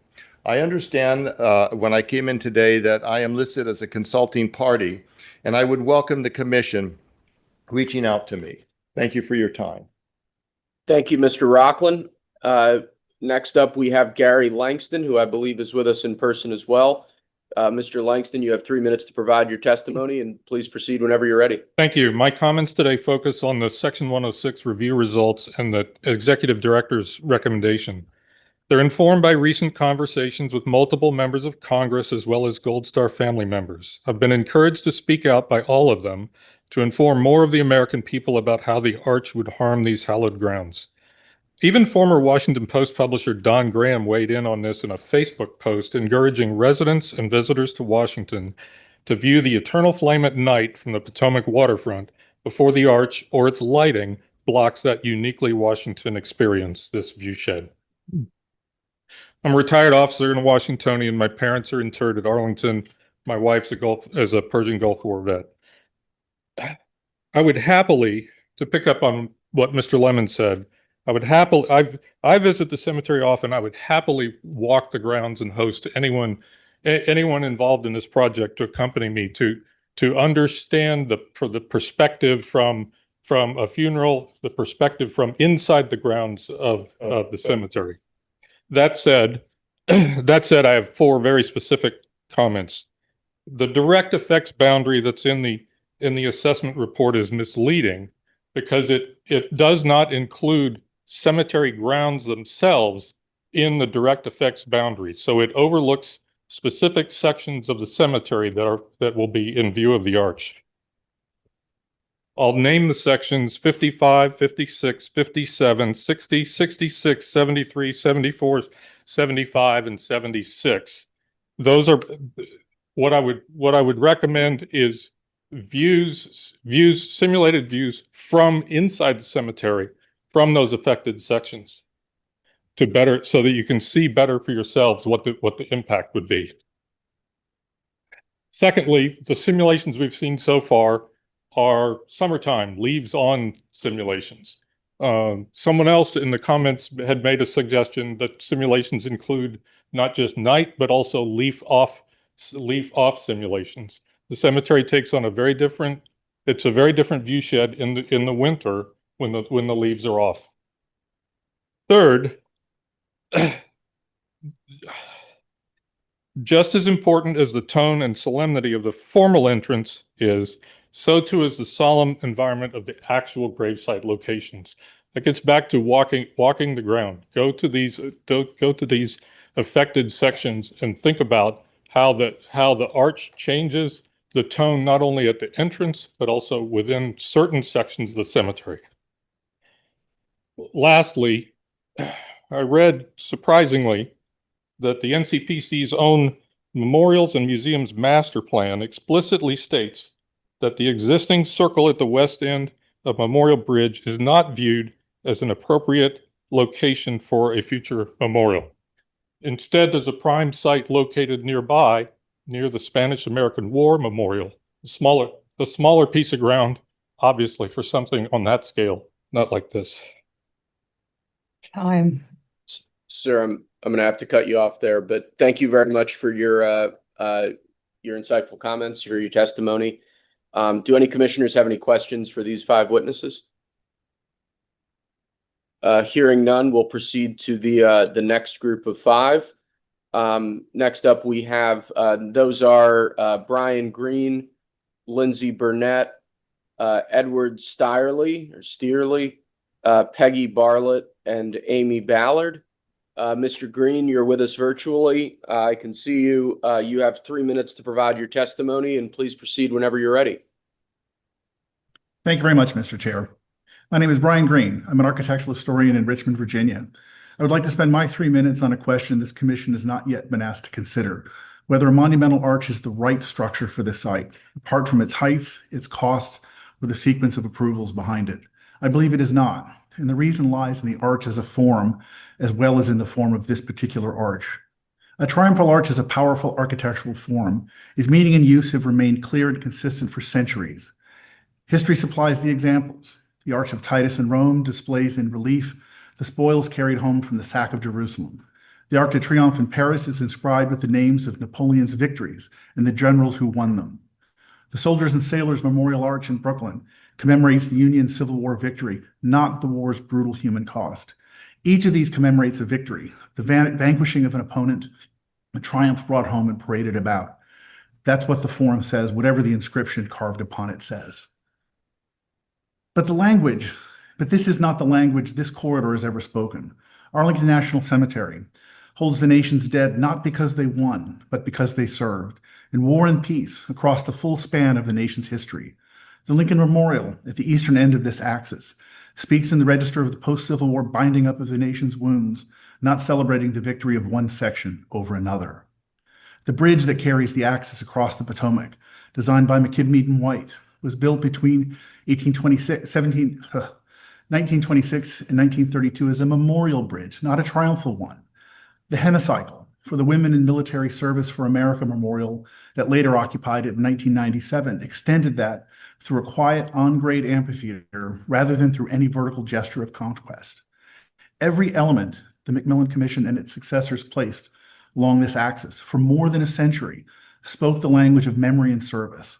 None of it spoke the language of triumph, because service, not victory, is what this corridor was built to honor. The proposed arch breaks that grammar rather than extending it. It does not matter for this argument whether the structure is 250 feet tall or 150 feet tall. A triumphal arch of any size announces a victory, and the cemetery does not exist to announce victories. It exists because the nation asked people to serve, and they answered. And it is that service, not triumph, that's being honored. A monument that speaks otherwise at the threshold of that cemetery misunderstands what this corridor has spent more than a century saying. I've submitted in prior testimony and in writing the scale, legal, and procedural objections to this proposal, and I stand by all of those. But I ask the Commission today to weigh this along one item alongside this. The form itself is wrong for what lies at the end of the axis it would interrupt. For that reason, together with the many other reasons the public has raised, I urge this Commission not to approve this proposal. Thank you for the opportunity to testify today. Thank you, Mr. Green. Next up, we have Lindsay Burnett, who I believe is with us in person. Ms. Burnett, you will have 3 minutes to provide your testimony, and please proceed whenever you're ready.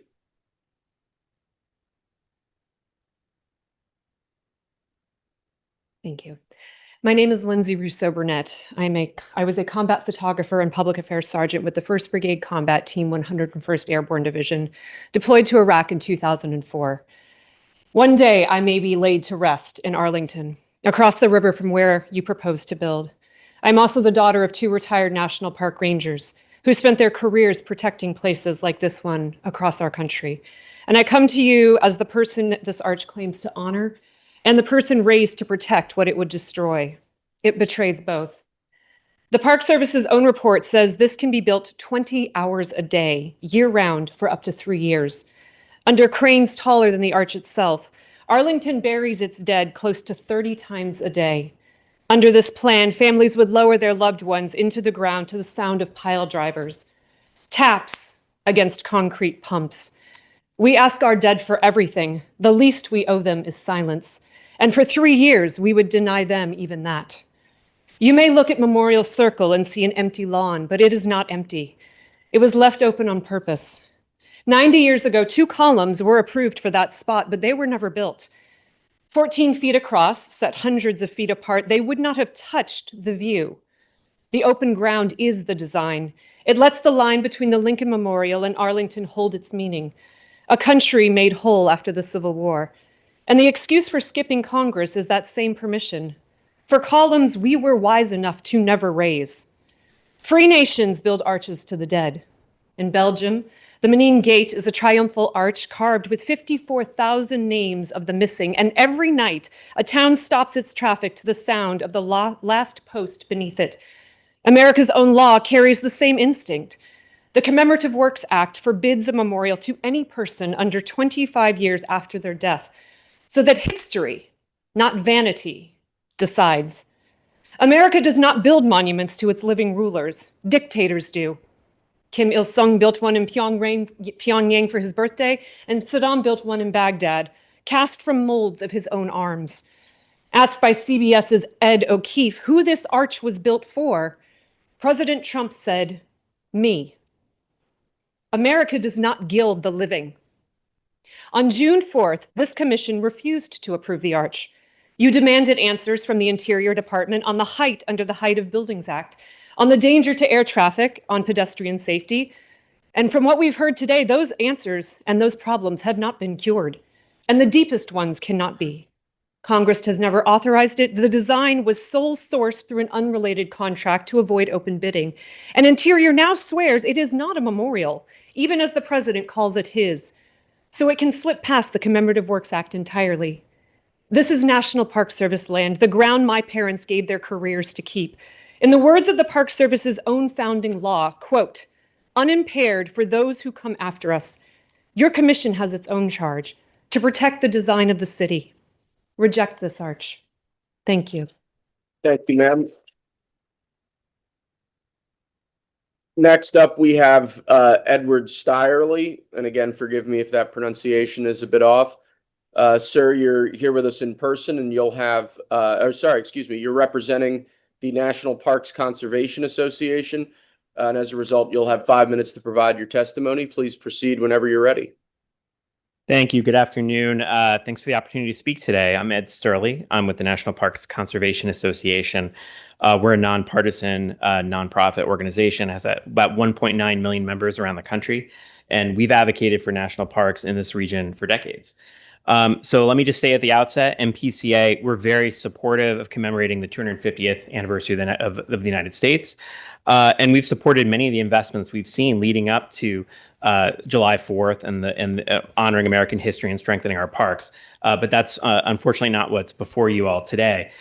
So first and foremost, Congress has not authorized this work. The Commemorative Works Act allows for a commemorative work on National Park Service land at this site only to move forward if it's authorized by law. The authorization that's been cited so far for this project dates back to the 1920s. It directed a commission that no longer exists to place 2 decorative columns at the bridgehead within a spending limit that has long since been spent, and those columns were never built. So whatever that provision once contemplated, it was not the 250-foot arch and cannot provide the authorization that the Commemorative Works Act requires today. So the district's preservation officer, I think, put it pretty plainly. I mean, this would be the largest and most visible memorial constructed in the Capitol since the Washington Monument. So only Congress can decide if such a work belongs here. Second, after reviewing, I mean, the environmental review has some real holes in it. The environmental assessment examined only 2 alternatives, essentially build it or do nothing. So there were no alternative sites, no alternative designs, no reduced heights. For a project of this magnitude, that is not a very good alternatives analysis. The document also concedes that the arch would obstruct the reciprocal view, as was stated earlier, between Lincoln Memorial and Arlington House, and identified the impact on many National Historic landmarks, including Arlington National Cemetery. It discussed drilling into bedrock, cranes 320 feet high, construction up to 20 hours a day for 3 years, 80 to 100 truckloads going through this circle every single day at the gateway to a cemetery where 30 funerals are conducted every weekday. So in this case, with impacts of that significance, a full environmental impact statement would be necessary. Additionally, the historic review has been compressed, and it left out the people that were most at stake, which is probably why you're hearing particularly from so many veterans today. Virginia's historic preservation officer described the consultation as fait accompli and noticed that the applicant's plans were already marked release for construction. The district's preservation officer had never even been contacted about the project until June 5th and declined to concur in the draft programmatic agreement. So far in the Section 106 process, no veterans organizations were named as consulting parties, not one, and this is at the gateway to Arlington. The public was given 10 calendar days to review more than 180 pages of technical material. And even though there was a significant number of comments, over 100,000, a 10-day comment period is not enough. And particularly when it excludes veterans, that's not a deliberate process. And these landscapes generally have been given much more time to make considerations, especially of something that's this immense. And I should note, NPCA, we're a consulting party in the Section 106 review that's ongoing right now for the White House visitor screening facility. And that process has worked. Relevant partners were brought to the table early, concerns were heard, new alternatives were suggested and recommended, and historic resources surrounding that are going to be better protected as a result. So it does show that you can build and preserve at the same time when the consultation is given room to function. I feel like that's a really good recent example of that. So we're asking you, given everything that's happening thus far, we're asking you to decline approval of the preliminary site and building plans until such a record exists. Congressional authorization needs to be provided because of the Commemorative Works Act before an environmental impact statement, with NCPC, of course, as a cooperating agency. And there's been a genuine analysis of alternative sites and locations and designs, and a Section 106 process that has a meaningful comment period and full participation from a range of stakeholders that'll be impacted by this project. The National Mall, George Washington Memorial Parkway, Arlington National Cemetery, these are products of generations of deliberate planning and public stewardship. And the commission has the authority to insist upon a complete record before it acts, and we respectfully urge you to exercise that today. So thank you very much for the time. Thank you, Mr. Sterling. Next up is Peggy Bartlett, who I believe is here with us in person. Ms. Bartlett, you have 3 minutes to provide your testimony, and please proceed whenever you're ready. Thank you. My name is Peggy Bartlett, and my parents and grandparents' remains are at Arlington National Cemetery, and I treasure the quiet dignity of this site. Visible from many vantage points, it is elegant and spacious, yet connected to the monuments across the beautiful river. The new monumental arch, as proposed, will clash with these surroundings. It's much too big. Its design is fussy, imitative, and intrudes on the harmony of the surrounding area. A female figure with large wings and two enormous birds are not consistent with the dignity of the Jefferson and Lincoln memorials. The scale of the arch contaminates the sightlines from both sides of the bridge and seeks to dwarf and intimidate the visitor.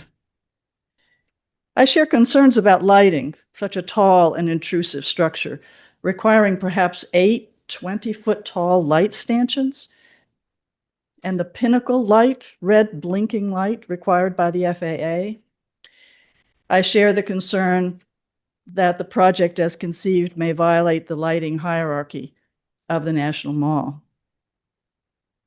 I'm also concerned about pedestrian safety. In the middle of the arch is located in the middle of a busy traffic circle, and the addition of traffic lights does address this safety concern, but will also cause significant traffic delays. I wonder if the commission has really thought about the public attitude toward the arch if it turns out that the estimate of 1/2 mile pileups every rush hour is really true. Backups. A proposed 32 traffic signal poles do not support a serene environment, and I was glad to hear today that that number may be reduced. Such a construction is fundamentally flawed.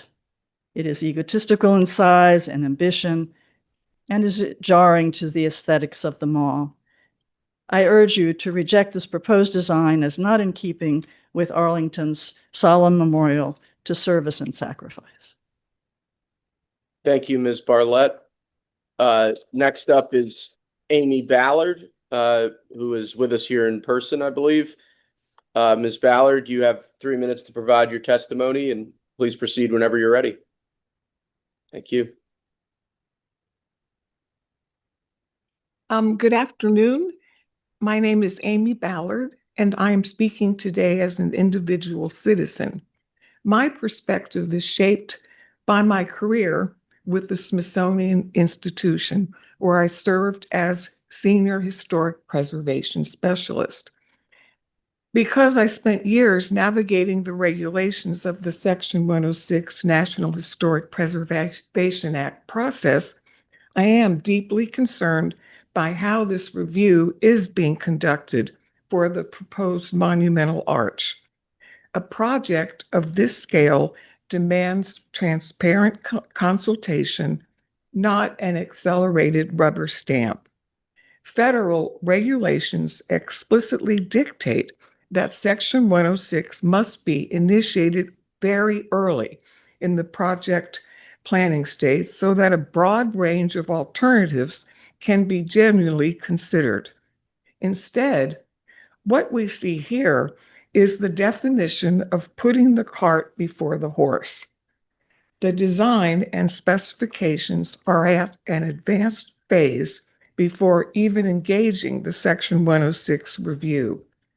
Rushing a massive array of documents and even a draft programmatic agreement treats a mandatory federal review like a bureaucratic roadblock.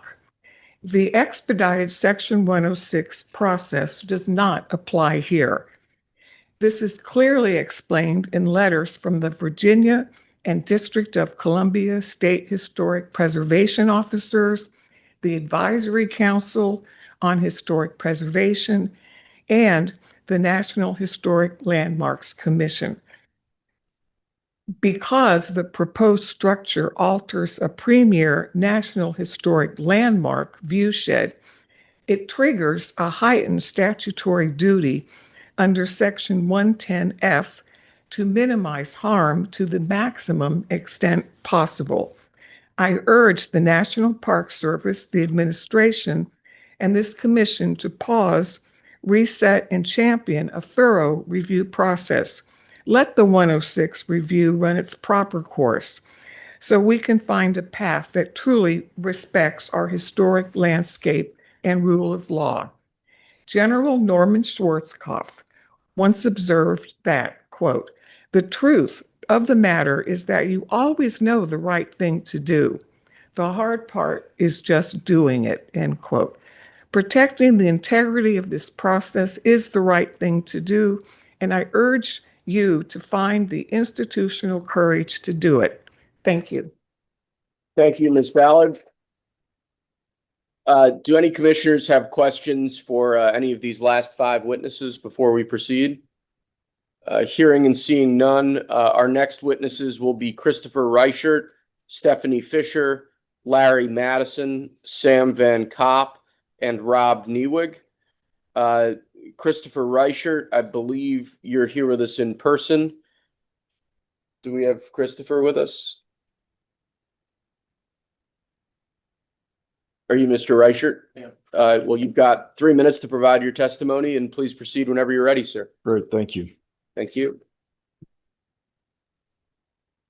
I'm Christopher Reichert. I grew up in Arizona and have called the DMV and DC specifically home for the better part of a decade. I currently serve as co-chair of Principals First for the DMV chapter. We're a community of principled moderates from all walks of political life, and we believe in principles over party and meeting in the middle to make a difference. Growing up in Arizona, I was raised in the tradition of Barry Goldwater, John McCain, and Jeff Flake, who believed public service was defined not by loyalty to a person, but by constitutional principles. Today, I consider myself an Eisenhower independent because I believe that kind of principled, steady leadership is becoming increasingly rare. Professionally, I've spent my career in U.S. healthcare, where I've seen firsthand how broken institutions erode public trust.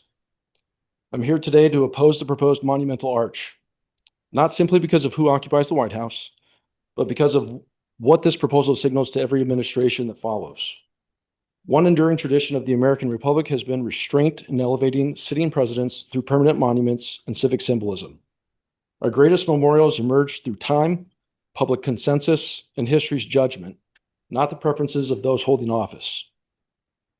That tradition reflects a fundamental American principle.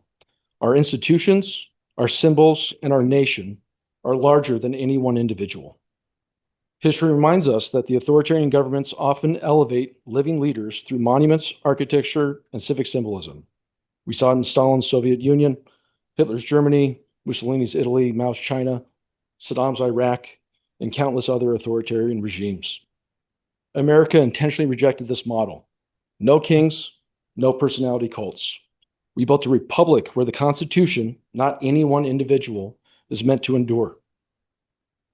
Restoring monuments and fountains is worthwhile, but restoration cannot stop at the surface, or it becomes a cosmetic distraction from the real work of strengthening the institutions, civic trust, and democratic norms that made those monuments worth building in the first place. The greatness of our capital was never measured in marble, but in principles it represents. Eisenhower once said, "A people that values its privileges above its principles soon loses both." No administration, regardless of party, should claim the privilege of reshaping America's monumental core without first demonstrating the restraint that has defined our republic for nearly 250 years. If this administration had demonstrated that restraint, we would not be here today. Instead, it has exercised a consistent pattern of disregard for democratic norms, institutional restraint, and constitutional traditions. This proposal should be understood within that broader context, not as an isolated decision. I respectfully ask the commission to reject this proposal. Thank you. Thank you, Mr. Reichert. Next up, we have Stephanie Fisher, who is with us virtually. Ms. Fisher, you have 3 minutes to provide your testimony, and please proceed whenever you're ready. Ms. Fisher, are you with us? Yes. Can you hear me, ma'am?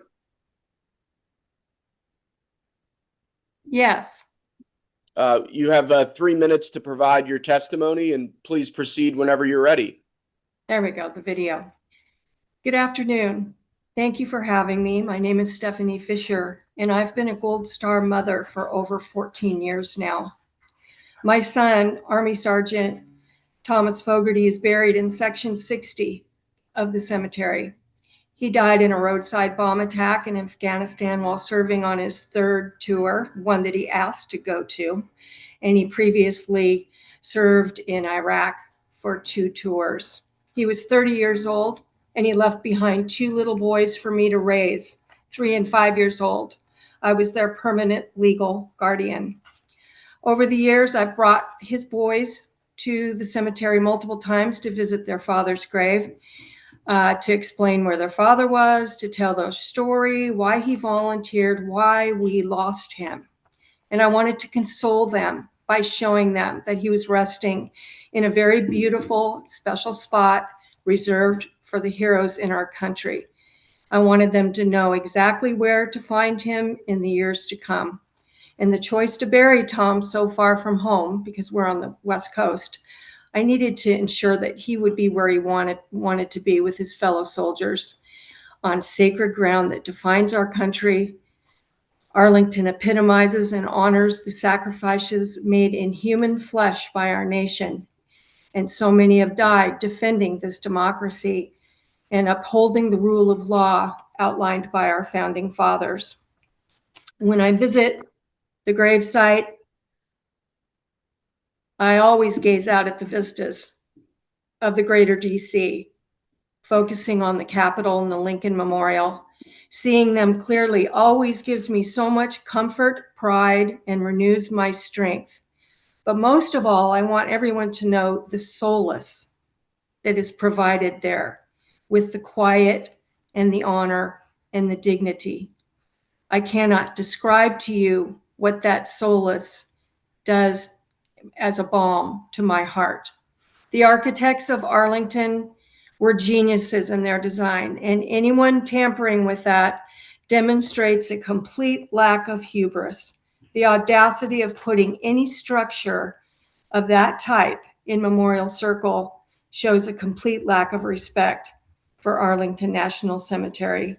And I'm going to stop here on my remarks because every speaker who has spoken before me has covered my feelings and more beyond expectations. I think that the presentations here this afternoon are complete. I concur with them. The laws, all the things that should be done before any project like this is approved. I concur with the remarks of my fellow speakers and objectors, and I want to thank you for allowing me to speak today just as a mom who lost my son. Thank you. Thank you very much for being with us, Ms. Fisher. Next up, we have Larry Madison, who I believe is also with us virtually. Mr. Madison, can you hear me? I believe Mr. Madison as well as Sam Van Kopp, unless he is here in person. Both of those individuals are missing, so we can move on to number 20. Next up, then, we'll have Rob Niewig, who's representing the National Trust. Sir, you have 5 minutes to provide your testimony. Please proceed whenever you're ready. Thank you, Mr. Chairman. Good afternoon, Mr. Chairman, members of the Commission, staff of the National Capital Planning Commission. My name is Rob Niewig, and I speak here on behalf of the National Trust for Historic Preservation. We're grateful for the additional opportunity to provide input. We've already shared serious concerns with this commission about earlier iterations of this proposal. To be clear, we strongly oppose construction of the Monumental Arch at this location for the following reasons. First, the location and scale of the arch would overwhelm nearby historic landmarks such as Lincoln Memorial, Arlington House, and Memorial Bridge. The arch would be inconsistent with the solemn character of Arlington National Cemetery and would mar the highly meaningful vista across Memorial Bridge, which has long been defined by restrained grandeur in its memorials and long open sight lines honoring the service and sacrifice of the veterans buried at Arlington and the national unification after the Civil War. Second, the proposal would be inconsistent with Washington's urban planning framework. This commission has applied the Height of Buildings Act to federal projects for the last 88 years. The result is a capital city beloved for its low, horizontal skyline that rightly emphasizes the U.S. Capitol building and the Washington Monument. We support the staff legal analysis that continues to apply the Height Act to federal projects. Abandoning this approach now would upend a consistent urban planning principle that's been a century in the making. Third, federal law requires the review of the proposed arch under Section 106 of the National Historic Preservation Act, and for that review to be completed prior to approval by NCPC and other agencies. The purpose of this review is an important one: to ensure that new construction does not needlessly harm the nation's historic places without at least considering less harmful alternatives. We were pleased to see this Section 106 process begin in recent weeks.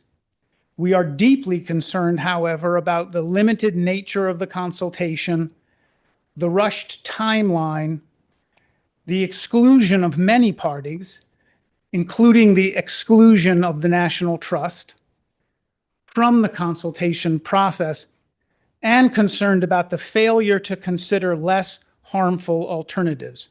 We urge this commission to fully consider the Section 106 findings before granting final approval. Fourth, flaws and uncertainties remain in the updated proposal under review by you today. Each new rendering submitted underlines our primary concern, that the proposed arch is totally inappropriate in its scale and its location. The new images clearly show that the arch blocks the view of the Lincoln Memorial from vantage points on the Virginia side. It looms larger on the skyline than everything other than the Washington Monument.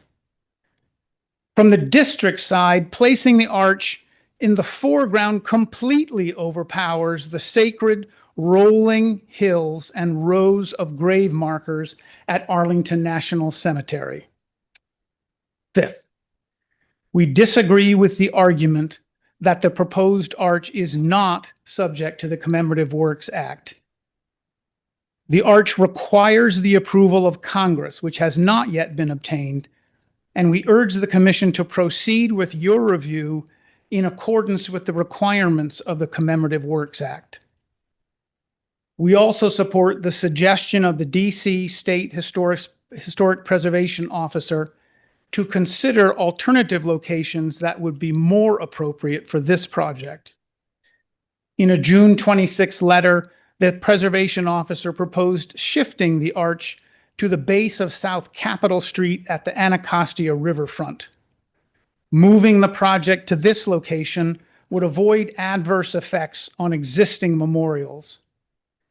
This alternative location would also place the arch on a direct access with the U.S. Capitol building and would create a celebratory focal point for the bustling neighborhood that continues to emerge between Audi Field and Nationals Park. It's a much more inviting and hospitable place for crowds of visitors to see the arch. Time. Thank you. Thank you for hearing our comments. Thank you, sir. Did either of the two witnesses we missed, Larry Madison or Sam Van Kopp, appear while Rob was speaking? No, they did not. Okay, with that, we'll move on. We're obviously sorry to have missed them. Do any commissioners have questions for these last three witnesses? Hearing and seeing none, we'll proceed to the next group of five, who are Rebecca Miller, Jeffrey W. Barron, James Lardner, Jackie Ostfeld, and Robert Harris. Ms. Miller is attending virtually and is representing the DC Preservation League. Ms. Miller, can you hear me?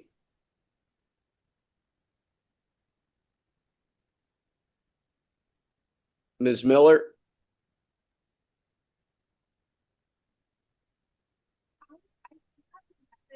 Yes, I can hear you. Okay, we've got Ms. Miller. Ma'am, you have 5 minutes to provide your testimony, and please proceed whenever you're ready. Thank you, Chairman and members of the Commission. My name is Rebecca Miller. I'm the Executive Director of the DC Preservation League. We were founded in 1971, and DCPL has spent more than 5 decades advocating for the protection of Washington's historic and built environment. Thank you for the opportunity to testify today. I am testifying on behalf of the organization in opposition to both the proposed construction of the Monumental Arch within Memorial Circle and the National Park Service's deeply flawed handling of the Section 106 review process under the National Historic Preservation Act. The proposal to insert an oversized, historically discordant triumphal arch into Washington's meticulously planned landscape represents a profound misunderstanding of the city's civic architecture. This landscape is defined by the L'Enfant and Macmillan plans, which emphasize open vistas and democratic symbolism. As we have stated previously, the precedent images shown by the applicants are in fact not precedent setting. They were never built. There are thousands of sketches of areas of Washington that have never been come to fruition. So these are not in fact precedents that should move forward. And they also ignore the Capitol's unique cultural landscape. The applicant's assertion that the 1910 Height of Buildings Act does not apply to federal buildings and memorials is false. When Pierre L'Enfant designed Washington, D.C. in 1791, he envisioned a grand horizontal city modeled after Paris, featuring wide avenues and clear sightlines radiating towards monumental public buildings. While the Macmillan Plan of 1902 was a visionary report and not a binding law, it completely shifted the political climate in Washington. When Congress drafted the revised Height of Buildings Act of 1910, lawmakers used the exact aesthetic logic of the Macmillan Plan to justify the math, cementing the plan's horizontal European-style vision into law. The 1910 Height of Buildings Act rendered the 1899 law moot and specifically states that no building, I repeat, no building shall be erected, altered, or raised in any manner to exceed the height of 130 feet. It goes on to speak about the different avenues that could have up to 160 feet. This is not one of those streets. To diminish the federal law to simply one that limits DC zoning is not correct. Not only does the DC government have no ability to change this law, but exempting this project from the act would set a precedent that would unravel more than a century of careful planning and practice by this commission. I will move on to the regulatory vehicle by which the NPS is attempting to bypass public accountability. The Section 106 project hasn't devolved into a bureaucratic farce, it started as one. It is clearly an exercise designed to shield the controversial project from genuine public and expert scrutiny, rather than to reduce the harmful impacts of our shared heritage, which is owned by the public. The implications of this heavy-handed maneuver extend far beyond the immediate threat of the Triumphal Arch. If allowed to stand, this exclusion set of devastating precedent for future of federal historic parks, historic sites, and National Register of Historic Places itself. If these can arbitrarily lock out long-established preservation organizations from Section 106 review, any federal agency can do the same. The action signals that the public and its nonprofit advocates are merely impediments to be managed and excluded rather than legitimate partners in stewardship. To retain a semblance of legitimacy, the National Capital Planning Commission, which has Section 106 authority, should take over this process to ensure it is carried out in a manner that includes site alternatives, minimization alternatives, and inclusion of consulting parties like the DC Preservation League and other nonprofit preservation organizations and veterans groups that have requested this inclusion. The Section 106 process should be reset and review of alternative sites should begin, as has happened on other major memorials and monuments in the past. The cultural landscapes of our nation's capital belong to the American public, not to a single administration or individual's whims. It is crucial to address this mockery of a process before irreversible damage is done to our historic and built environment, as well as the integrity of the regulatory framework designed to protect it. Thank you for your time. Thank you, Ms. Miller. Next up, we have Jeffrey W. Barron, who I believe is with us here in person. Mr. Barron, you are representing the 3rd Act District of Columbia, and you will have 5 minutes to provide your testimony. Please proceed whenever you're ready. Thank you for the opportunity to speak. I am Jeffrey Barron on behalf of 3rd Act DC. 3rd Act is a national organization mobilizing older Americans to help protect our climate and our democracy. Founded 4 years ago, the organization includes 100,000 volunteers in 29 states. 3rd Act DC is the organization's DC chapter with 1,200 local members. We members of 3rd Act DC join the many hundreds of individuals and organizations who overwhelmingly have made it clear in testimony before the Commission of Fine Arts and before you that we do not want an arch at Memorial Circle. It will take over, block, and dominate the vistas and reverential spaces of and between the Lincoln Memorial and Arlington Cemetery that planners designed and visitors have cherished for generations. In addition, I speak here in line with 3rd Act's mission to protect democracy.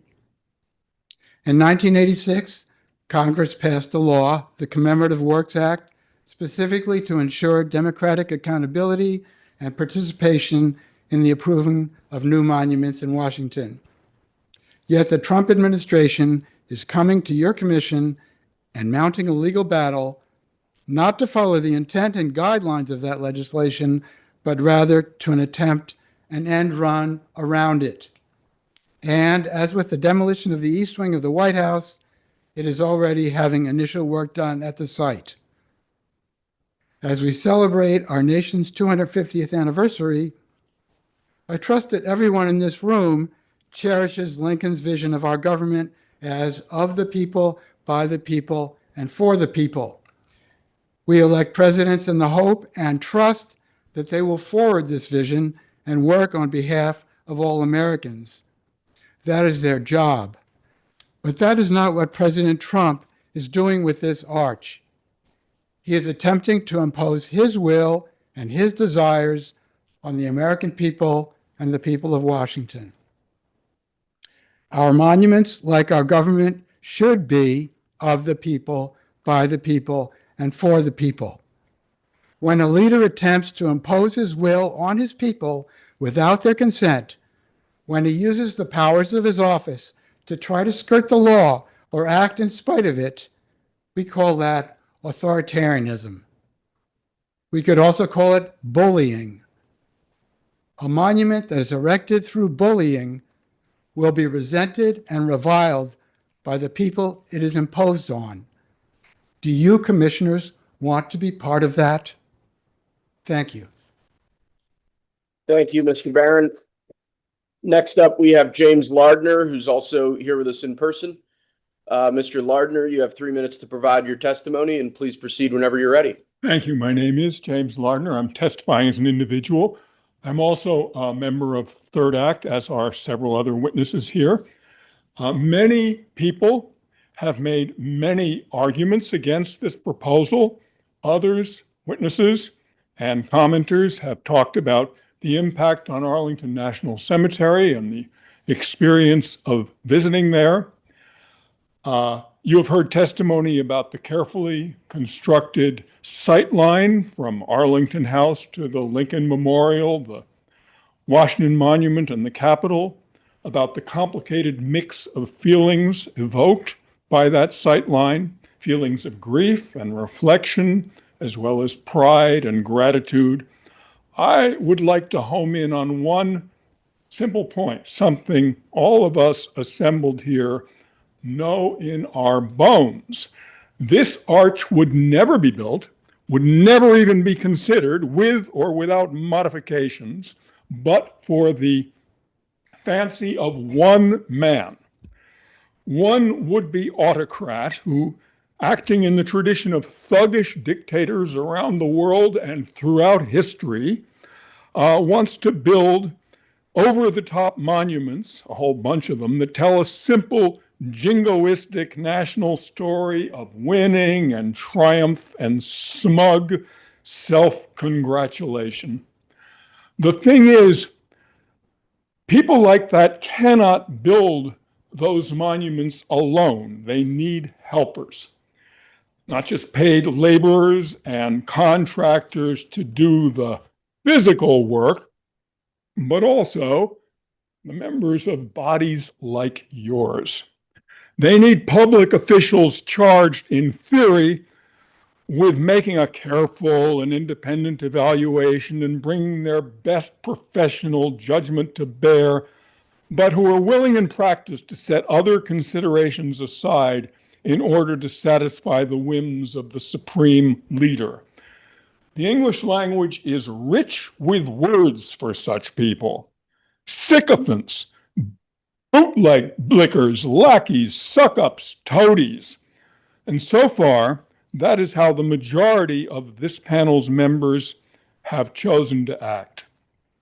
While you cannot by yourselves guarantee the arch's construction, you absolutely do have it in your power right here and now to decide if that is how you truly wish to go on defining yourselves, and to be remembered when America, as it surely will, thinks better of this moment of ugly leadership. Thank you. Thank you, Mr. Lardner. Next up is Jackie Ostfeld, who I believe is with us virtually. Ms. Ostfeld, are you with us? Yes, I'm here. Ma'am, you have 3 minutes to provide your testimony, and please proceed whenever you're ready.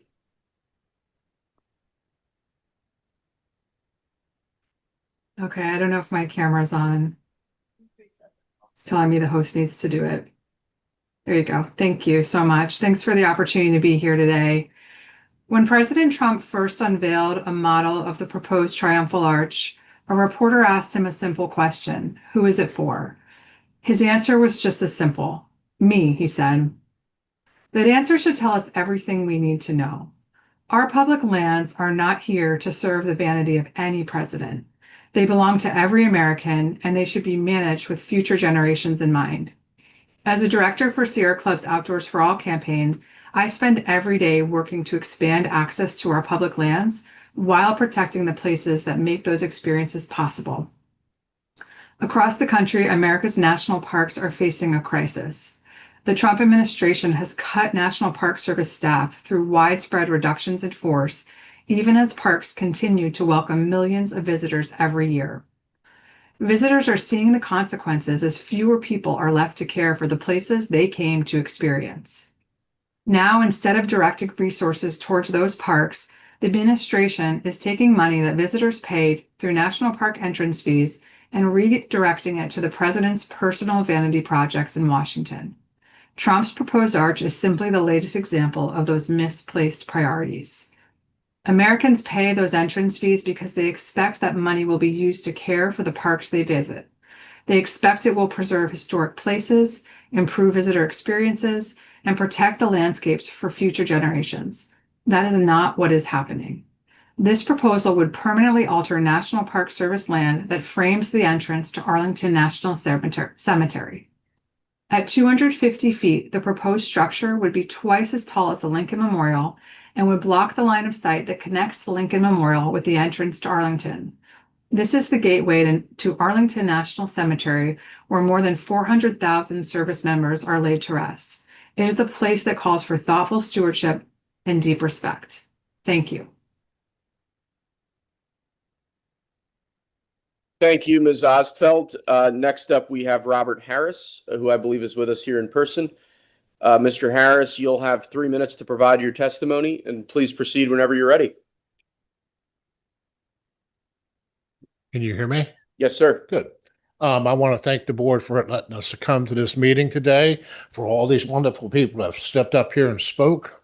I can't even begin to cover everything they did and said because they know so much more than I do. But when it comes to the arch, the young lady just said, originally it was going to be the arch, and now it's Memorial Arch, but originally it was the Me Arch. And they're going to put this thing in front of Arlington Cemetery, and that whole area down there is sacred ground for the military. You got the Vietnam Memorial, you got World War II Memorial, you got Arlington Cemetery. I think the Korean Memorial's down there too, but no one seems to notice that all these monuments are around the military.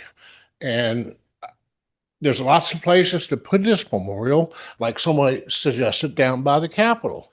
There's plenty of land around the Capitol that we could put it there, or we could put it in East Potomac Park, because right on the river, people would see it coming and going, which would be a nice feature. Long story short is I want to thank this board for letting us come here today.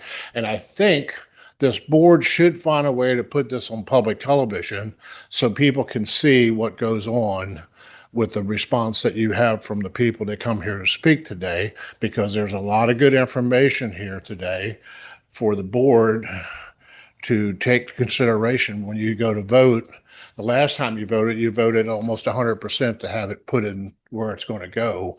Hopefully this time, with the people that spoke, because there was a lot of good information, you may change your minds, which would make me very happy, because I normally don't step up for this kind of thing. But this is one thing that has to be stopped immediately, because it cannot be put in front of Arlington Cemetery or the bridge. Thank you very much for your time and your effort to do the right thing here, because someday there will be reports after this is all done. And hopefully you'll be on the side of the team that said not to do this. Thank you very much for your time. Thank you, Mr. Harris. Do any commissioners have any questions for these last 5 witnesses before we proceed to the next group? Hearing and seeing none. Mr. Chairman? Oh, yes, I'm sorry. Apologies if we could take a brief recess so that we can reset the streaming service so that we don't run out of time. That seems quite reasonable.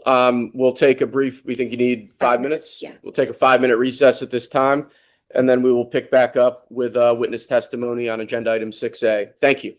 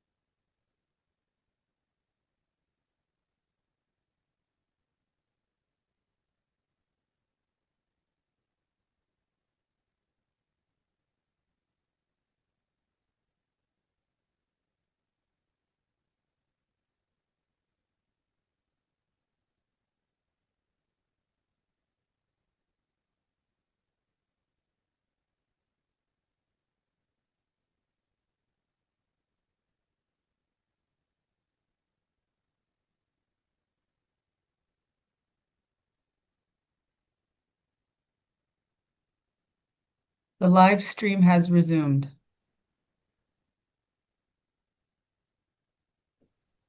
Could everyone please take their seats?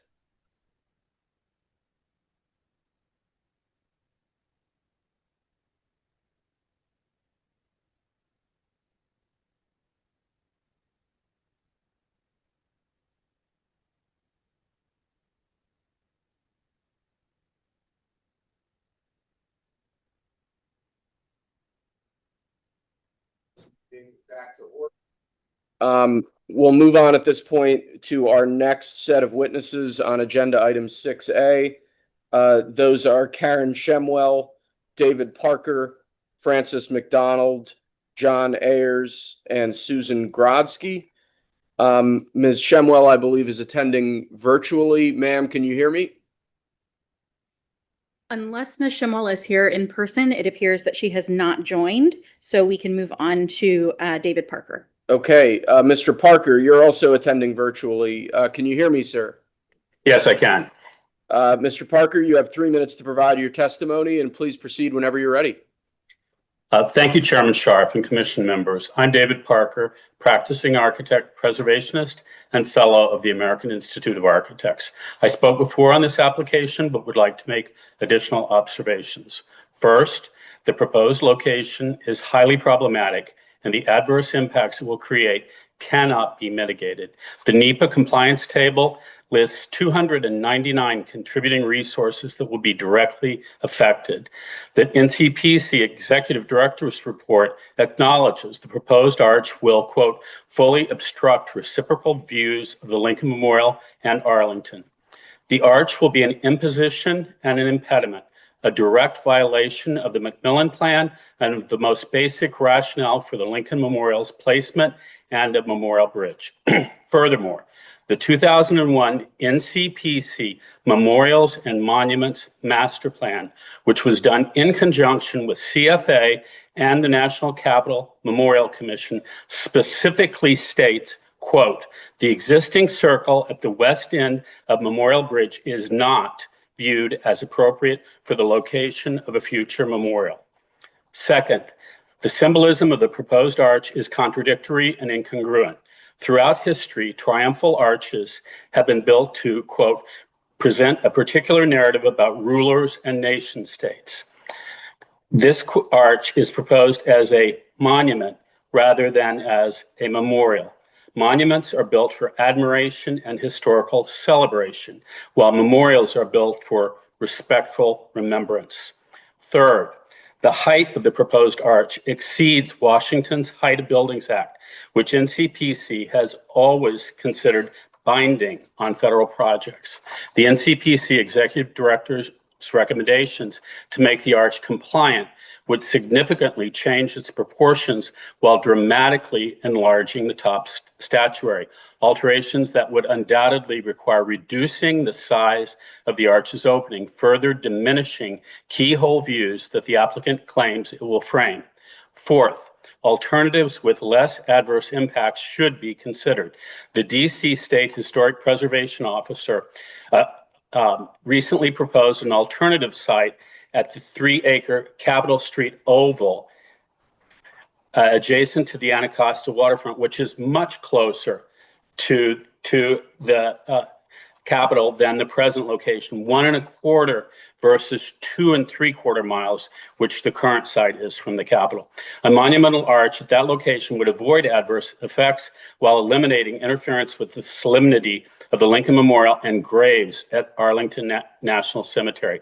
This site would position the arch as a celebratory gateway to Washington, directly on axis with the Capitol and the new Frederick Douglass Memorial Bridge, creating a dramatic focal point for the vibrant neighborhood between Audi Field and Nationals Park, while yielding cultural and economic benefits to the area. Finally, this project should be subject to the congressional approval under the Commemorative Works Act. The claim that Congress authorized the arch when it considered 2 columns a century ago is not credible, and those widely spaced columns, which would not have blocked any views, are fundamentally different from the proposed monumental arch. Thank you.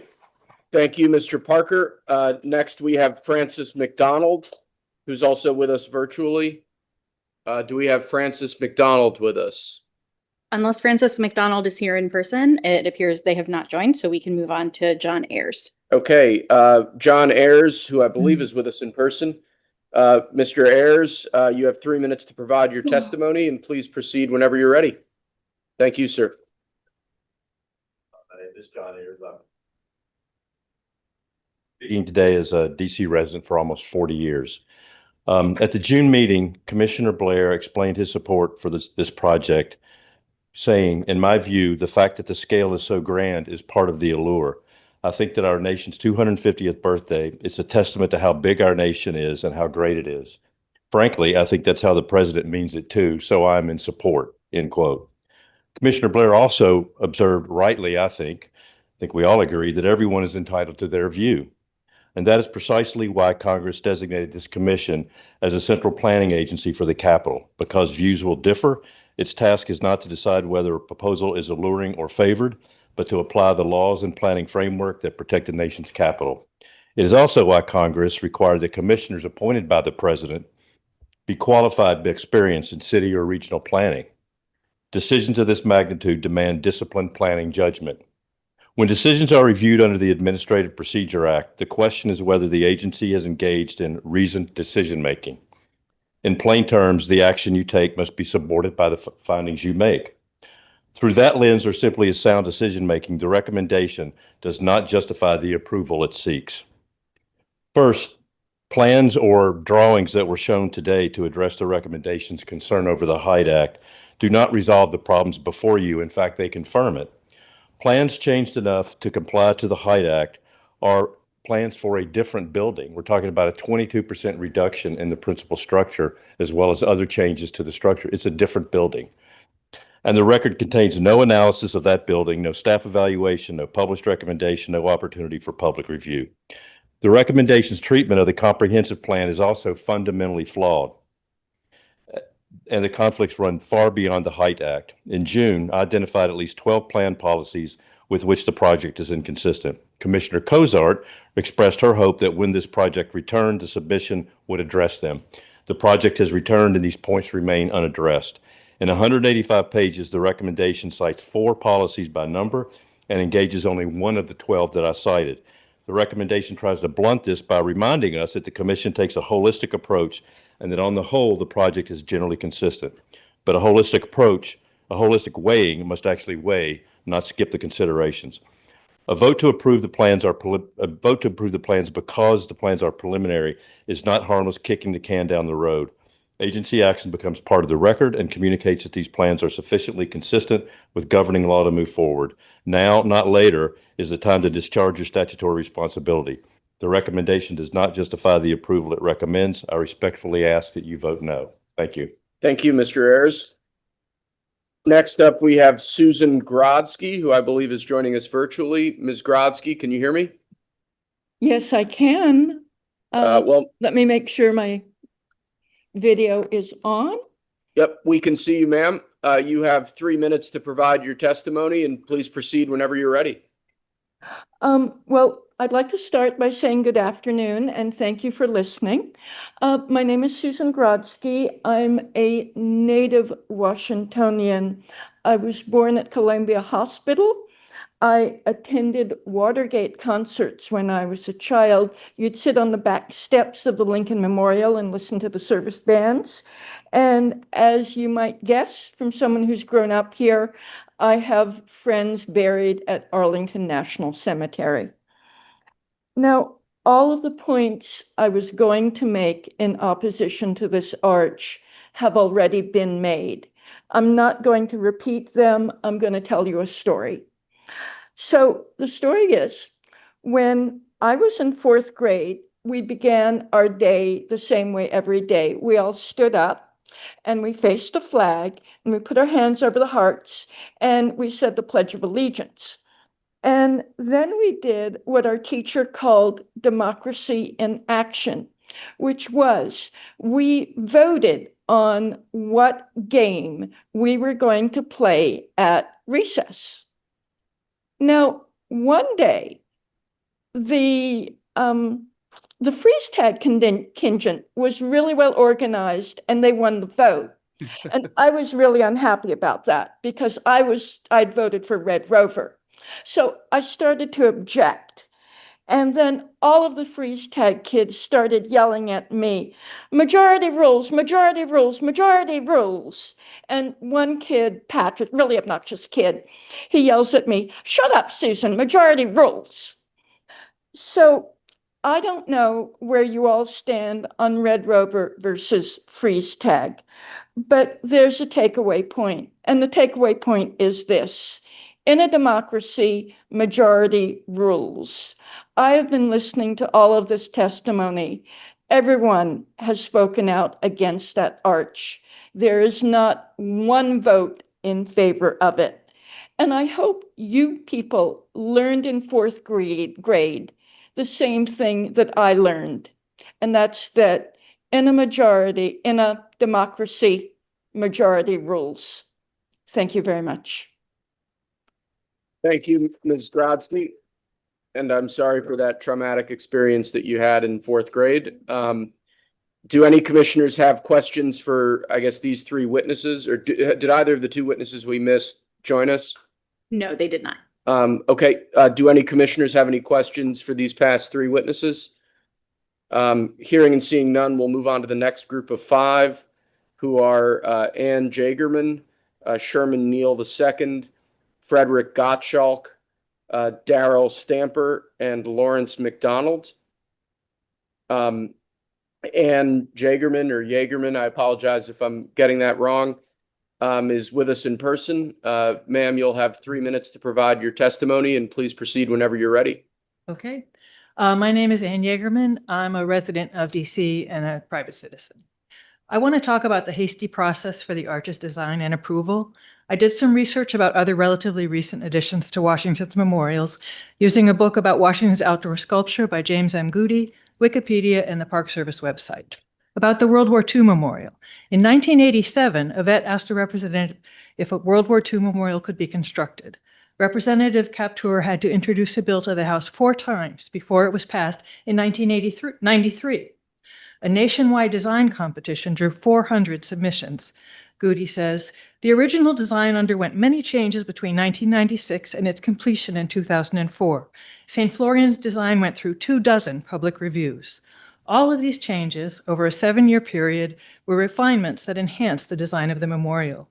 Wikipedia notes that critics were bothered by the expedited approval process. Congress, worried that World War II vets were dying before the memorial could be built, passed legislation exempting the World War II memorial from further site and design review. The site selection and finished memorial were criticized extensively. About the Korean War Veterans Memorial. At the request of the Korean War Veterans Association, Congress and President Reagan approved a memorial in 1986. 4 architects from Penn State University won the design competition from a group of 543 entrants. Their design was rejected by the CFA, as was a second design by another firm. In 1992, a final third design was accepted. It took 7 years to finalize the memorial's design. The memorial was completed in 1995. About the Martin Luther King Jr. Memorial. The efforts of Alpha Phi fraternity, of which King had been a member, to build an MLK monument in DC gained momentum in 1986, the first year King's birthday was celebrated as a federal holiday. In 96, Congress authorized the Department of the Interior to permit the fraternity to establish a memorial on government land. In 98, Congress authorized a nonprofit foundation. In 99, the CFA and the NCPC approved the site. The foundation held a design competition, which drew 906 entries. In 2000, the judges selected design. There was a delay in 2008 because the design that was approved by the CFA and NCPC was not approved by the Park Service due to security concerns. A compromise was approved in 2009. The memorial opened in 2011. It is notable that all of these memorials had public constituencies that supported their construction, that the design processes took years, and that congressional approval was required. In a democracy, things often move slowly, to consider expertise from many disciplines, to allow for public participation, and to build consensus. President Trump's impatience does not create the kind of emergency that would justify abridging the customary processes for deciding whether, when, where, or how to build a memorial to the sesquicentennial. I oppose the arch. Thank you. Thank you, Ms. Yeagerman. Next up, we have Sherman Neal II, who I believe is with us virtually. Mr. Neal, you're representing the Sierra Club, and you have 5 minutes to present your testimony. Please proceed whenever you're ready. Thank you, Chairman. Honoring the legacy of the service members who gave their lives in defense of this country requires protecting the hallowed grounds where they rest from desecration by all persons, both foreign and domestic. That includes the president. This vanity project threatens the eternal rest that those service members have earned. Every day, I choose to honor the triumph and legacies of service members like Medgar Evers, Lieutenant Colonel Hector Santa Anna, Major Megan McClung, and those who have served this nation and represent the soul of what this nation could be. I'm speaking to you on behalf of the millions of members of the Sierra Club, 3.5 million to be exact, as the director of their Military Outdoors campaign, where for 20 years we've supported and uplifted the veteran community by creating spaces to heal in nature and uplift veteran voices in conservation. I'm also speaking to you as a Marine Corps veteran, the son of a sailor, the brother of an airman, the cousin, nephew, and friend to countless members of my extended family who have served in every branch of America's military. I have earned the right, and I have the obligation to speak for the people currently interred at Arlington, people who gave their lives to defend an imperfect nation with the expectation that people like you will protect their legacies, our land, and the integrity of our republic today by rejecting this monument. I was in my mid-20s and just months away from my first deployment when I first gave serious thought to where I'd want to be buried if I died at war. Every material possession I owned could fit in my Jeep Wrangler. Materials didn't stress me out. Contemplating death itself did not stress me out.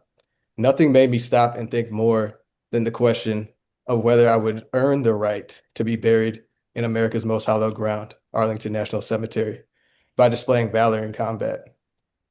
In 2014, I drove alone to Arlington from Marine Corps Base Quantico to better understand what it meant to make the ultimate sacrifice. I departed from Mannion Hall, a barracks named after First Lieutenant Travis Mannion, a young man who was killed in battle in 2007. I knew his grave would be located in Section 60, where the people close to my age, in a conflict that I would eventually join, were laid to rest. Over 7,000 of them are there today. I certainly didn't want to die, but I trusted that my country would treat my final resting place with the solemn honor and respect that the service members buried in Arlington have earned. I thought about these things in the spring of 2015, where I would support the establishment of Camp Mannion, where Marines led the effort to defeat ISIS in Western Iraq, at a place formerly known as Al Taqaddum Air Base. Since then, I've seen families hosting picnics at the grave sites of their young ones. With their young ones, I've seen soldiers wipe away tears for the brothers they've lost. I felt the heaviness of the moments watching the guards post at the tomb of the unknown soldier. I know that ensuring that none of these lives are expended in vain requires defending democratic practices at home today and increasing support to the veterans among us. I'm testifying today, again, on behalf of 3.5 million people, but I'm also testifying for myself. I'm testifying as a person who still needs to know, believe, hope that you and the people that follow you will take these opportunities to declare that this still matters, that the soul of the country still matters, and that this is going to be a place, the main place where we honor the legacies of those who have served the country honorably. So to do that, we must protect these lands from further desecration, ensure adherence to the law, regardless of the pressures from the executive, and most importantly, refuse to allow any monument to a monarch who has not served to cast a shadow on those who have gave their lives in service to this country. Now, when I drove to Arlington before my time at the basic school in Quantico, I believed that if the worst happened, my country would protect that sacred landscape and give it the dignity it deserves. This is an important time to remember the steps that this administration has already taken to diminish the legacies of those heroes at Arlington. Many of those legacies are already in jeopardy while they rest from erasure due to their sexuality, the color of their skin, their ethnicity, their willingness to dissent. We're fighting those battles today while at the same time we're fighting these battles on land. We're fighting for souls. We're fighting for places. We're fighting for communities. It's time to honor the commitments to living veterans by committing resources to individual wellness and correcting systemic environmental injustices in the communities where they live, instead of committing future crime to the environment and in their place, in their souls. So while many of us may never find sustained rest after service while we live, I respectfully request that you permit us to allow them to find dignity and rest in death. I know I personally would never find rest under the shadow of this arch. I appreciate your time. Thank you, Mr. Neal. Next up, we have Frederick Gottschalk, who I believe is with us here in person. Mr. Gottschalk, you're representing Common Defense, and you have 5 minutes to provide your testimony. Please proceed whenever you're ready. Okay, I thought I would be the most casual person dressed, but Ms. Jagerman has put me to shame. I want to point out that these are my views and the views of thousands of veterans across the nation that are also members of Common Defense. Are there veterans on this commission? Okay, I saw one hand go up. That's good. These words should resonate with you, and I hope you take them to heart. This structure seems to be planned as poorly as the reflecting pool renovation and our national fair. It has not been planned on the scale of the more than 6 years of careful, deliberative planning that went into the construction of the World War II Memorial or similar monuments. The chairman, you used powerful words at the beginning of this meeting. You want to preserve the beauty of our capital. This proposal does not facilitate that goal. It detracts from the beauty of our capital. The memorial will detract from the natural, peaceful, and serenity of the memorial area outside of Arlington National Cemetery. I go there all the time, and I love just being there in the nice, quiet area that it is there. I don't often state this, but like several of the speakers today, I'm a decorated combat veteran. I have stood under Saddam Hussein's concrete arch. It was crumbling in 2009, less than 25 years after it was constructed in Iraq. It's crumbling because it was built by a man that was disdained by the population of the nation. And I just want that to be noted. I'm further appalled that a monument of this nature would block the view between where I am to be buried with all of my friends at Arlington National Cemetery, the view between my fair city, Arlington National Cemetery, and the seat of our nation's leadership. Actions, not objects, are what commemorate and memorializes an administration. I'm further appalled by the funding that would be allocated for this monument when there are so many other needs in the veteran community.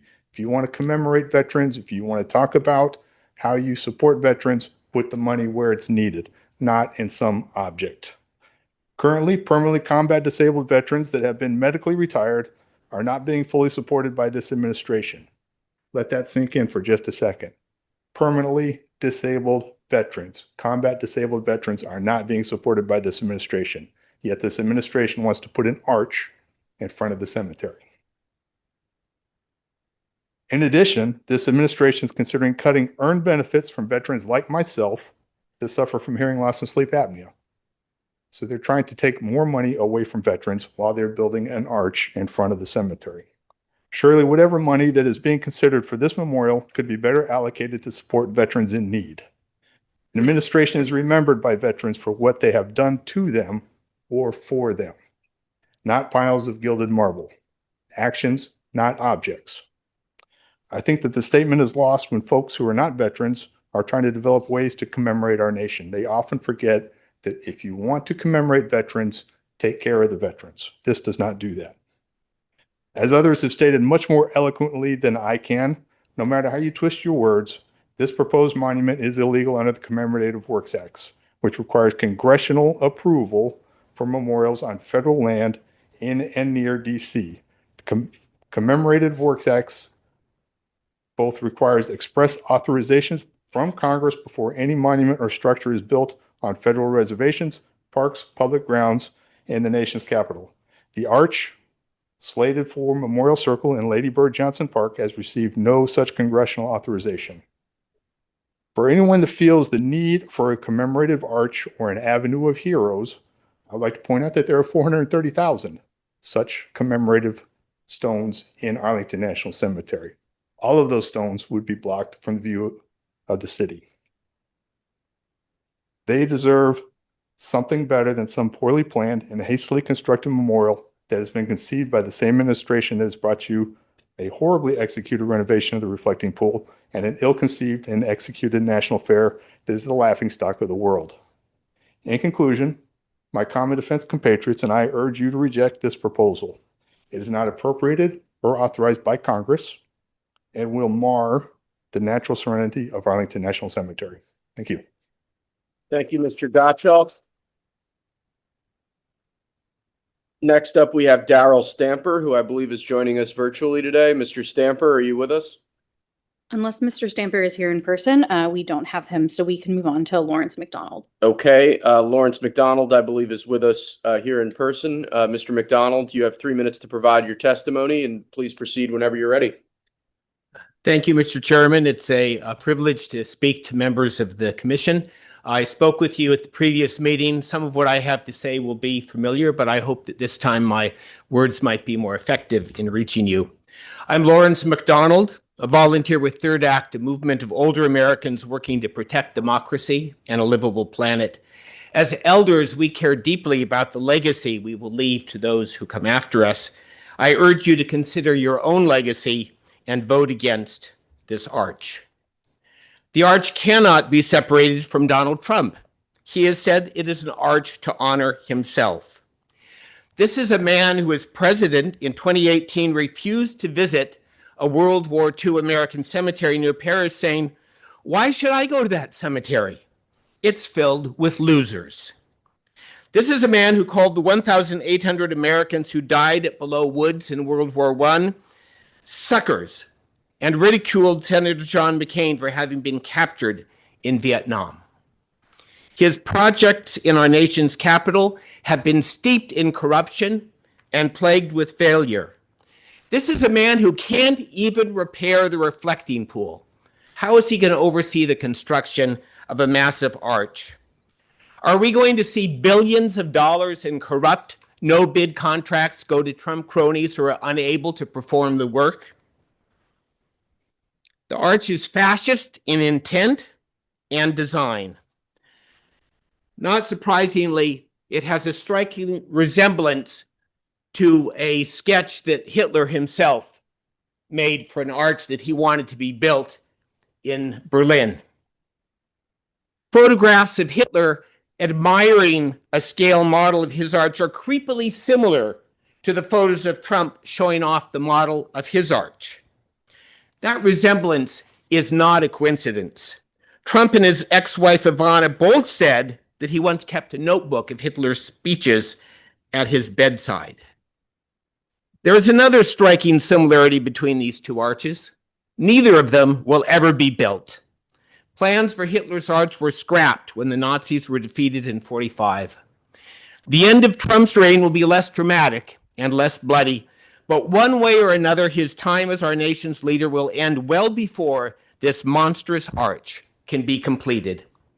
Whoever succeeds him will be very unlikely to pursue this project, given the massive cost and massive public opposition. The question before you today concerns your legacy. Your vote will determine how you will be remembered. If you vote in favor of this arch, you will cast your lot on the wrong side of history. Your friends and relatives, your children and your children's children will forever be ashamed of you. There's good news. It's not too late to change your mind. Your time's expired, sir. You can avoid this fate by voting against the arch. It might be hard. You're done, sir. Most of you sit on the commission because Trump appointed you. Be brave. Vote against the arch. Yeah, I'm just going to say something. As a Jew, as an American Jew who had family fight against Hitler in World War II and who lost family in the Shoah, in the Holocaust, the idea that because of some picture you've dragged out of the archives, that the President of the United States, the duly elected President of the United States, is somehow comparable to the most evil man who's probably ever lived in history, is just deeply, deeply offensive to me. We can disagree about this project without that sort of invective being leveled against members of this commission. And I just don't know what you think you're accomplishing, sir. But we'll move on to our next witnesses now, unless anybody has questions for the last four who have spoken. The next people to speak are Teresa Zuwich, Kathy Lineweber, Karen E. Santiano Francis, Jim Horton, Melissa Milhorn, and Tom Moore. I know I'm butchering this pronunciation and I apologize for that, but Ms. Zuwich is supposed to be with us virtually. Mr. Chairman, I believe that the first four individuals that you listed all were scheduled to join virtually, and unless any of them are here in person, we don't have them. So we can move on to Melissa Milhorn and Tom Moore as our final two witnesses. Okay, Melissa Milhorn, I believe is with us here in person. Ma'am, you can proceed whenever you're ready and you'll have 3 minutes to provide your testimony. Thank you. Members of the commission, thank you. My name is Melissa Milhorn. I'm here as an individual citizen. I oppose this arch, not because of its scale or cost. Those objections are already on the record. The applicant calls it a monumental arch, not a triumphal one. Like a previous speaker previously noted, whatever it's called, it adopts the architectural language of empire foreign to the American founding. A new label doesn't change the symbolism. A Roman triumph was an honor granted by the Senate. When Augustus reserved the triumph for the imperial family, one of the republic's defining civic honors became an imperial prerogative. The triumphal arch became one of history's clearest symbols of imperial power. The early American Republic chose a different path. Triumphal arches in the founding era were intentionally temporary. The defining image of our founding is not a conqueror passing beneath an arch. It is Washington resigning his commission and returning power to civilian authority. In nearly 2.5 centuries, the federal government has never built one in the monumental core. That's not an oversight. It's a consistent Republican tradition. I want to note that Washington is the only major Western capital without such an arch. But every capital in that comparison, Paris, London, Rome, was the seat of an empire or a monarchy. That absence is a distinction to be preserved, not a deficiency to correct. Consider the company this arch would keep.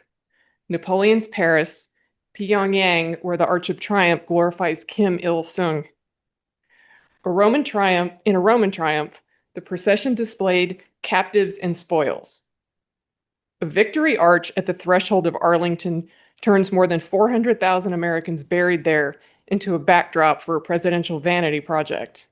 The long, open approach from the Lincoln Memorial was designed as an act of humility. It needs no gate. In a republic, the honored dead answer to no one who passes above them. Today I speak as a retired federal law enforcement officer, a military spouse, and granddaughter of a soldier killed in Okinawa. In every case, our oath was the same, not to a ruler, but to the Constitution. Our capital reflects that distinction. A triumphal arch has no place in it. I urge you to reject this proposal. Thank you. Thank you, ma'am. Next up, we have our last witness, Mr. Tom Moore, who I believe is here with us in person. Mr. Moore, you have 3 minutes to provide your testimony, and you can proceed whenever you're ready. Good afternoon. My name is Tom Moore. I've been a resident of the National Capital Area continuously since 1976. I was a resident and taxpayer in the District of Columbia from 1976 to 1981. And from 1981 to date, I've been a resident and taxpayer in Virginia. I have for 5 decades regularly traveled over the Memorial Bridge between Virginia and the District, and I'm familiar with the area around the Memorial Bridge. The proposed new monumental arch is completely out of character for the area. The only structures over 5 stories visible from Memorial Bridge are the high-rises in the areas of Virginia known as Roslyn, Crystal City, and Pentagon City. I understand that the new monumental arch is proposed to have a height of 250 feet or about 25 stories. This is out of character with the low-rise architecture of Washington, D.C., and would block the current panoramic views available from Memorial Bridge, from the west side of the Lincoln Memorial, and from most of Arlington National Cemetery. I encourage you to reject the new monumental arch as currently planned. Thank you for having a public hearing. Thank you, Mr. Moore.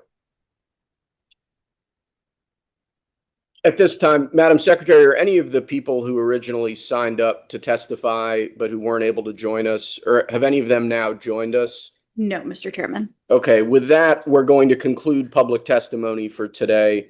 I've said this before, and I'll say it again. I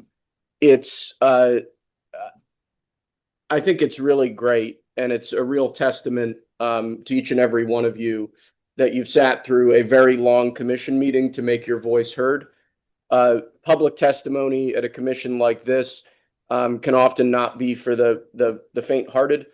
This has been a long meeting. I know that you all are busy people with other things to do in your lives, and it's meaningful to me personally that you took time out of your busy lives to come share your opinions with us here today. So truly, thank you for being here. Thank you for making your voice heard. And I would encourage you to continue making your voices heard at other commissions, opportunities for public testimony that I know occur on not just this issue, but any number of issues, particularly here in the DC area, which is such a locus of government, particularly federal government commissions and other public bodies of this sort. Before we move on to a motion to approve preliminary site plans on this project, Commissioner Dixon mentioned before this meeting started that he wanted to make a motion. Commissioner Dixon, are you still with us, and is that still your intent? Commissioner Dixon? I'm still with you, Mr. Chairman. Okay. And I'm not going to, I want to make a statement, but maybe I'll wait till it's my turn to vote. Okay. Well, we can take that up with the project itself, if that's okay with you, sir. Before we move on to formal consideration of preliminary site and building plans, though, I have a motion myself, and that's relating to the Height of Buildings Act issue, which has come up before in consideration of this project. Operation from outside groups. Chris Young's coming to see me on Friday. Excuse. I think Commissioner Blair was unmuted there for a second. As some of you may recall, at our last meeting, I raised the issue of the Height of Buildings Act's applicability to federal buildings. That was when we considered this project for concept review.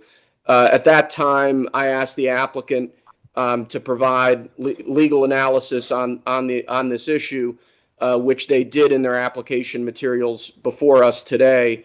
Those materials provide what I believe is a compelling argument that the Height of Buildings Act is not binding on the federal government. Our general counsel additionally provided a memo, which is attached to the executive director's report that details NCPC's historic position, a long-held historic position, I would add, which, as I mentioned last month, is that the Height of Buildings Act is in fact binding on the federal government. Our commission had some discussion on this issue this morning, and we obviously need to consider this overall issue, the applicability of the Height of Buildings Act, prior to finally approving this project or indeed any project that would test the bounds of the Height of Buildings Act. My view is that today we are just considering this project for preliminary approval, and that as a result, it's not necessary for us to take up this broader issue of the applicability of the Height of Buildings Act to federal construction until our next meeting at the earliest, which would be the earliest time that this project could be finally approved. And to that end, because this issue is still under consideration, I'd like to make a motion to amend the commission actions that are included in the Height of Buildings Act section of the executive director's recommendation on pages 2 to 3 as follows. This is the section of the EDR that addresses the Height of Buildings Act specifically. My recommendation is to keep the first commission action as drafted by staff, delete the second, third, and fourth commission actions of this section, add one commission action in this section reading, notes that in light of the applicant's submission, NCPC is continuing to consider the positions regarding the Height of Buildings Act and whether it is binding on the federal government, which the commission will need to decide prior to taking final action on the project. And then revising the final commission action of this section to read, requests the applicant provide a justification for the project's height when the project returns to NCPC for final approval. This last item, just to explain slightly, if we were to rule that the Height of Buildings Act is inapplicable against federal construction, we still have an independent statutory obligation as the NCPC, based on our authorizing statute, to consider the height of a project independently. So this would be an action requesting, regardless of what happens with the Height of Buildings Act issue, that the applicant provide us a rationale for the height that we could then take up for consideration along with final approval. So to summarize, if my motion passes, the Height of Buildings Act section of the commission actions relating to this project would read as follows. Notes NCPC's role as the central planning agency for the federal government in the nation's capital has included application of the Height of Buildings Act to preserve the horizontal skyline of the district.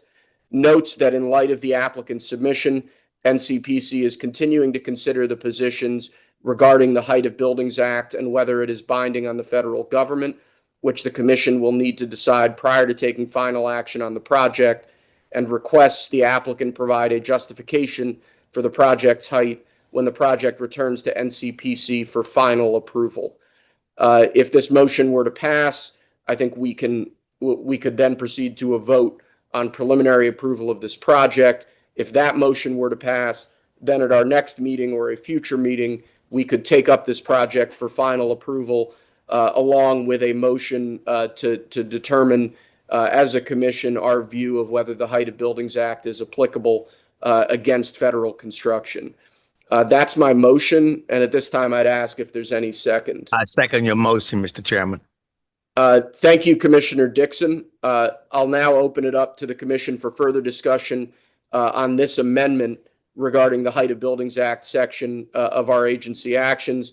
As a reminder, at this time, the only motion on the floor relates to this amendment, and we'll obviously have full deliberations on the project itself after this motion has been addressed. I'll start deliberations, I guess, with Commissioner Blair to my right. James, are you still with us? Hearing nothing from Commissioner Blair, we'll proceed with Commissioner Ingracia. I have no further comments. Thank you. Thank you, Commissioner Ingracia. Commissioner Dixon. Yes. Thank you, Commissioner. We haven't proceeded quite to a vote yet, sir, but we appreciate your statement of support. Commissioner Cash. On the amendment, I'll just say that I find the current EDR very specific. It says the Height of the Buildings Act applies. I don't see any reason to change that. So I'll be voting against this amendment, but thank you. Thank you, Commissioner. Commissioner Henderson. Given that the applicant is arguing that the 1925 law authorizing the Arlington Memorial Bridge construction provides authorization for this project, I wonder, should we not seek their opinion when they come back in the next iteration of this, or at least not foreclose the possibility that that statute actually authorizes or acts as a waiver of the Height of Buildings Act in this instance, given its contemplation of at least two structures above the height in the law. I think that's certainly an argument they could make. Do you want to change to the amendment to reflect that, or does the broader language, request the applicant provide a justification for the project's height when the project returns to NCPC? That seems pretty broad. Are you comfortable with that language? If you think that contemplates the possibility that maybe they already have authorization that they could rely on, and that would be an argument they could make in fulfilling that, I think that would be sufficient. I certainly believe so. If you're comfortable with it, then I think we can proceed on that basis. Anything else? That's my own. Okay, Commissioner. Commissioner Falcone, are you with us? Yes, I am. I have no comments. Thank you, Commissioner. Commissioner Kozart. I'll just associate myself with the comments of Commissioner Cash. Thank you, Commissioner. Commissioner Brook? Sir, I have no comments or further insights. Thank you. Thank you, Commissioner. Commissioner Barron? Thank you, Chairman. I'm here today representing the Department of the Interior, which in its submission, I think made very clear its perspective on the Height of Buildings Act. And so for the probably opposite reason of Commissioners Cash and Cozart, I will also vote no. Thank you, Commissioner. Vice Chairman Levenbach? So I also found the legal arguments compelling, and I think you have a reasonable path forward here. So I appreciate that. I think Commissioner Henderson made an interesting point that I haven't heard as well. And so I look forward to, I'm going to vote in favor of this, and I look forward to seeing a justification should it pass. Okay. If there are no further comments. I believe we skipped over Commissioner Argo. Oh, I'm sorry, Commissioner Argo. Commissioner Argo? Which, I apologize, ma'am. no. Would you read the motion again, please? Sure. So the motion would amend the commission actions that relate to the Height of Buildings Act in the executive director's recommendation. That's on pages 2 to 3. And if it passes, the section would read as follows. Notes NCPC's role as the central planning agency for the federal government. I guess it should be notes that the NCPC's role as the central planning agency for the federal government in the nation's capital has included application of the Height of Buildings Act to preserve the horizontal skyline of the district.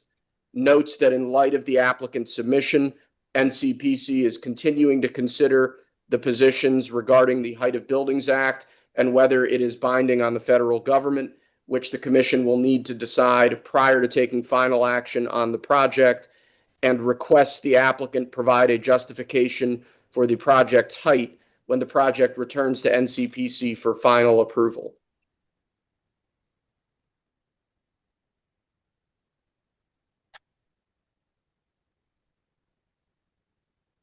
I'm going to abstain. Okay, Commissioner. Do any other commissioners have questions or comments at this time? Hearing and seeing none, Madam Secretary, could you please confirm the motion and second and take the vote by roll call? Yes, the motion was made by Chairman Scharf and seconded by Commissioner Dixon. With that, Commissioner Cozart? No. On the amended motion? Commissioner Brook? Yes. Commissioner Bowron? No. Commissioner Argo? No. Vice Chairman Levenbach? Yes. Chairman Scharf? Yes. Commissioner Blair? Yes. Commissioner Ingracia? Yes. Commissioner Dixon? Yes. Commissioner Cash? No. Commissioner Henderson? Yes. Commissioner Falcone? Yes. The motion to amend passes. Thank you, Madam Secretary. Now, at this time, is there a motion to approve preliminary site and building plans for the new monumental arch with the amended commission actions as just passed by this commission? So moved. Thank you, Vice Chairman Levenbach. Is there a second? Second here. Thank you, Commissioner Ingracia. With that, we'll proceed to discussion on approving or providing preliminary approval on the Monumental Arch project. And I'll start deliberations with Commissioner Barron. Thank you. So first, I want to thank the NCPC staff, as always, an incredible job digesting and then sharing information in a way that was so relevant and accessible. I also want to echo the chairman's comments to the members of the public that are here today or were online and provided comments. It is truly inspiring to hear from all of you. And to the project team from the Park Service and the department and the design firm, thank you for all your work to be responsive to the comments of the commission from last June. On behalf of the department, I can certainly commit that we will continue to work to be responsive to the comments of the commission. everything that was called out in the staff report regarding transportation, materials, siting, aviation coordination, we'll continue to do that. The department supports continuing to move this project forward. Thank you, Commissioner. Commissioner Argo.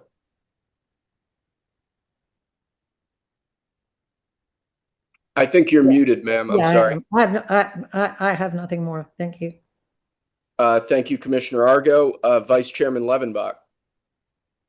Well, I want to thank the project team for looking at one issue in particular, which I think is really important, which is how we're going to deconflict a pretty busy traffic area with what could be a lot of visitors. And one of the things I think that came up as we're going back and forth is thinking about the number of visitors that are going to be there, and just even on a sort of hourly basis, like how are people going to access the site? I appreciate the point about people are going to find the shortest distance to the circle, so I think I find that pretty persuasive, but still trying to figure out how you can mitigate interactions, and if there's anything else that can be done. If we do see the type of visitation that we could, then there's just going to be a lot of people. So trying to model that, or looking at specifically the number of people, if you haven't done that already, or if you have done it, bring it forward next time when you come back for the final project approval.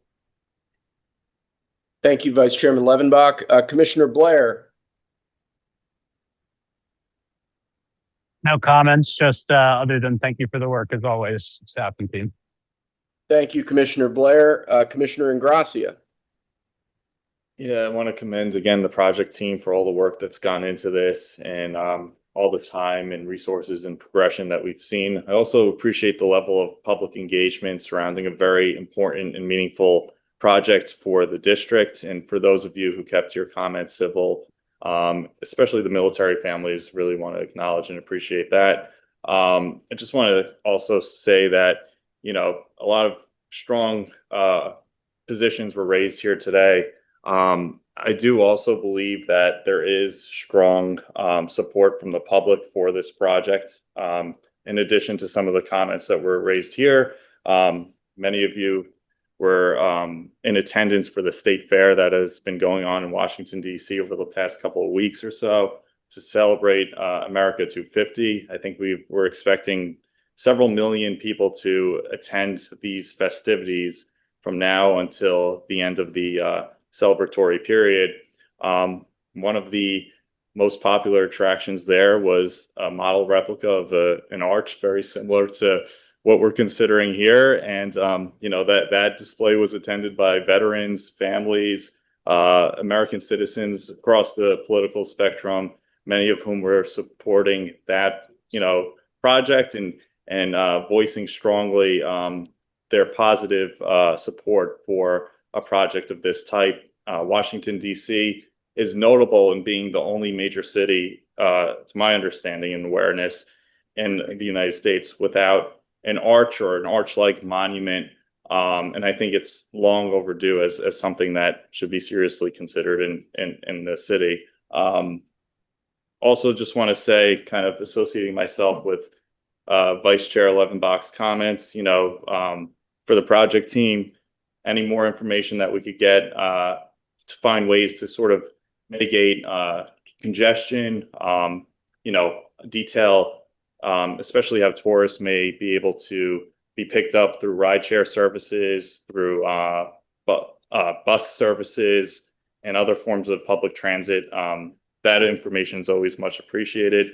And also, in reference to a comment I made earlier today with regard to visual clutter, with regard to traffic displays and signage and other sorts of things that may help assist with traffic navigation, if there's room for potentially mitigating some of that visual clutter, so the focus and emphasis is on the beauty of the arch and its design, and sort of being a central pillar in that area would be my sort of suggestion here. But beyond that, appreciate all the comments made today, and I have nothing further to add. Thank you, Commissioner Ingracia. Commissioner Dixon.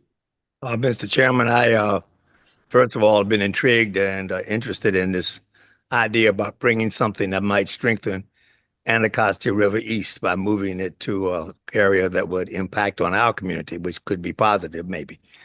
I also want to make it kind of clear that I've served on this commission for like 30 years and representing a lot of mayors and a lot of the city.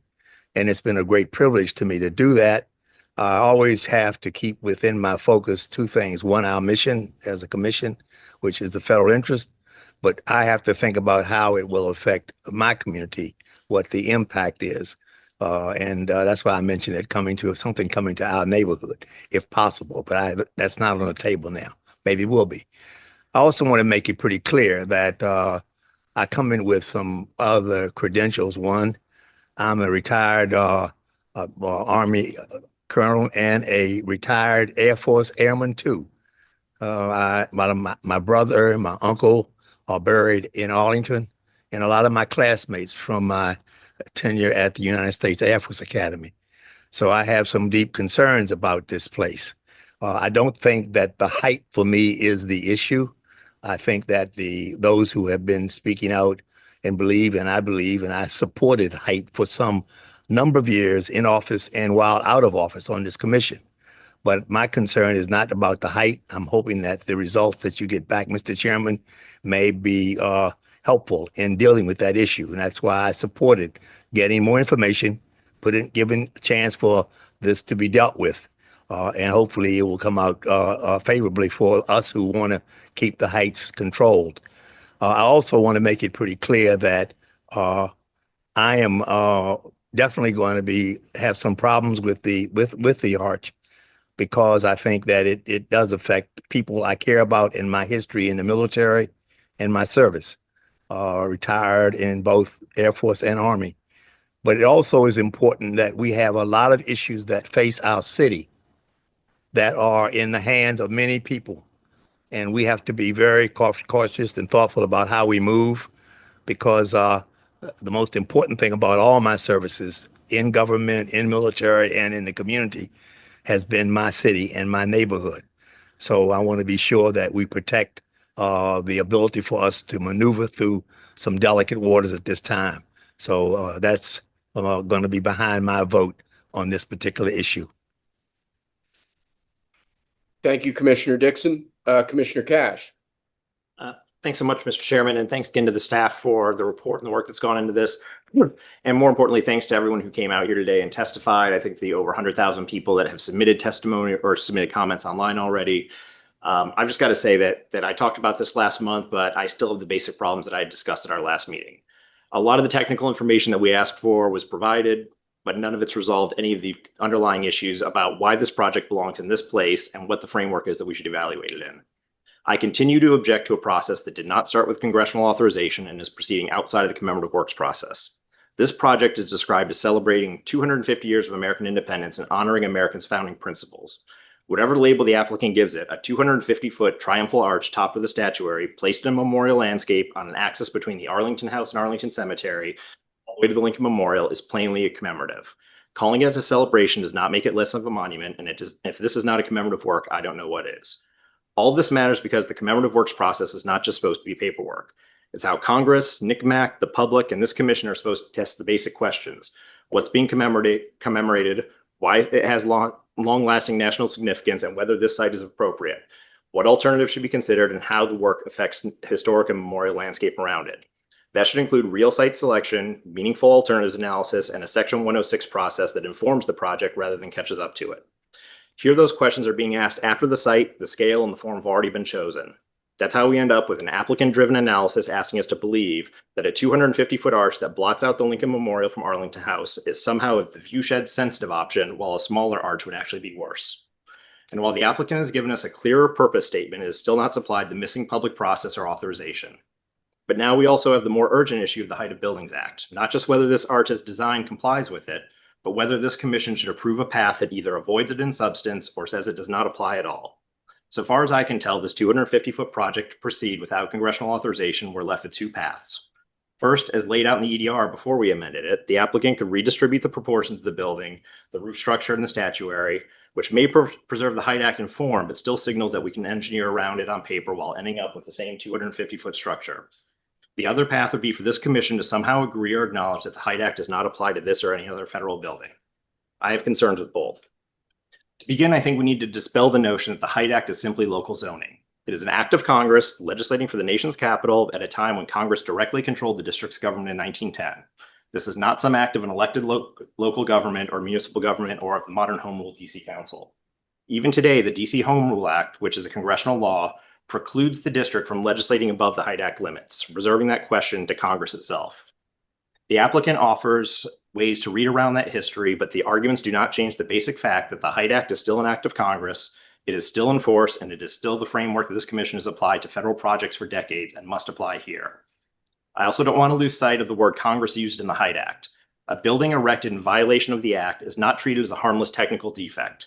It is declared a common nuisance, and here that word has real meaning. As I mentioned, this structure would sit in the middle of one of the most important memorial corridors in the country, a structure that by and large in that place does not merely occupy the landscape, it changes the meaning of the landscape around. So if we buy the applicant's argument that this arch is not commemorative, then what we're being asked to approve is a non-commemorative structure inserted into a solemn commemorative landscape, and that is exactly the kind of harm the Height Act's nuisance language should make us take seriously. So whatever questions other may raise about litigation and enforcement, this commission does not have to approve a project that treats the Height Act as an obstacle to be maneuvered around rather than a law to be applied. I'm not coming at this as someone who believes every inch of the Height Act is sacred, but one of the most important aspects of the Height Act, especially in federal areas of the monumental core, is that it's part of what makes Washington remarkable. It's why the city skyline remains horizontal, civic, and legible. The result is that monuments, memorials, civic buildings, and natural topography still read against the sky instead of disappearing into a competition for height. And if the Height Act in this context is to mean anything, it cannot be ignored whenever the building is federal. Our skyline didn't happen by accident. It's a congressional choice carried forward for more than a century. This is not to say that Congress couldn't authorize something taller. Congress has in the past, Congress could now, but Congress has not here. Instead, the applicants come to this commission with a legal opinion in hand, offering a sweeping theory that the Height of Buildings Act doesn't apply to federal buildings at all, changing the ground rules for every future federal project in the district, whether this arch ever actually gets built or not. The precedent set here would outlive this project. Going forward, NCPC could be deciding federal building heights on a case-by-case basis, a major institutional change that the staff report acknowledges. But I'll make the point even more directly. The consequences would not be limited to this arch. If federal buildings are categorically outside the Height Act, then future federal or federally controlled projects, whether it be leased federal land, redevelopment projects, public-private partnerships, or projects where the federal government keeps any kind of control, could be evaluated under a new discretionary standard. NCPC would not just be reviewing buildings in the federal interest, we would be deciding development potential, land value, skyline, and the balance between federal and local planning authority. This would implicate major aspects of the comprehensive plan that we'll need to grapple with. And this is not a small thing. So now before us, we have an executive branch applicant asking this commission, one way or another, to accept its stated purpose, its preferred location, and now its desire for height, all without congressional authorization, and all without a commemorative works process, leaving this commission to contend with a backwards planning process. And I understand Congress may eventually appropriate funds for this project, but for me, that is not sufficient, and it does not resolve any of these broad concerns. Absent clear authorization, I don't think we should approve these preliminary site and building plans. And I do not think we should reinterpret the Height Act out of the way or preserve it only in form to make this project work. The fact that the applicant has come to us with this legal opinion makes it clear that this is no longer theoretical. The Department of the Interior, one of the largest stewards of federal land in the district, is signaling that the Height Act does not apply to federal buildings. That's really staggering. So now our action today will either resist that notion or help normalize it for every future federal project.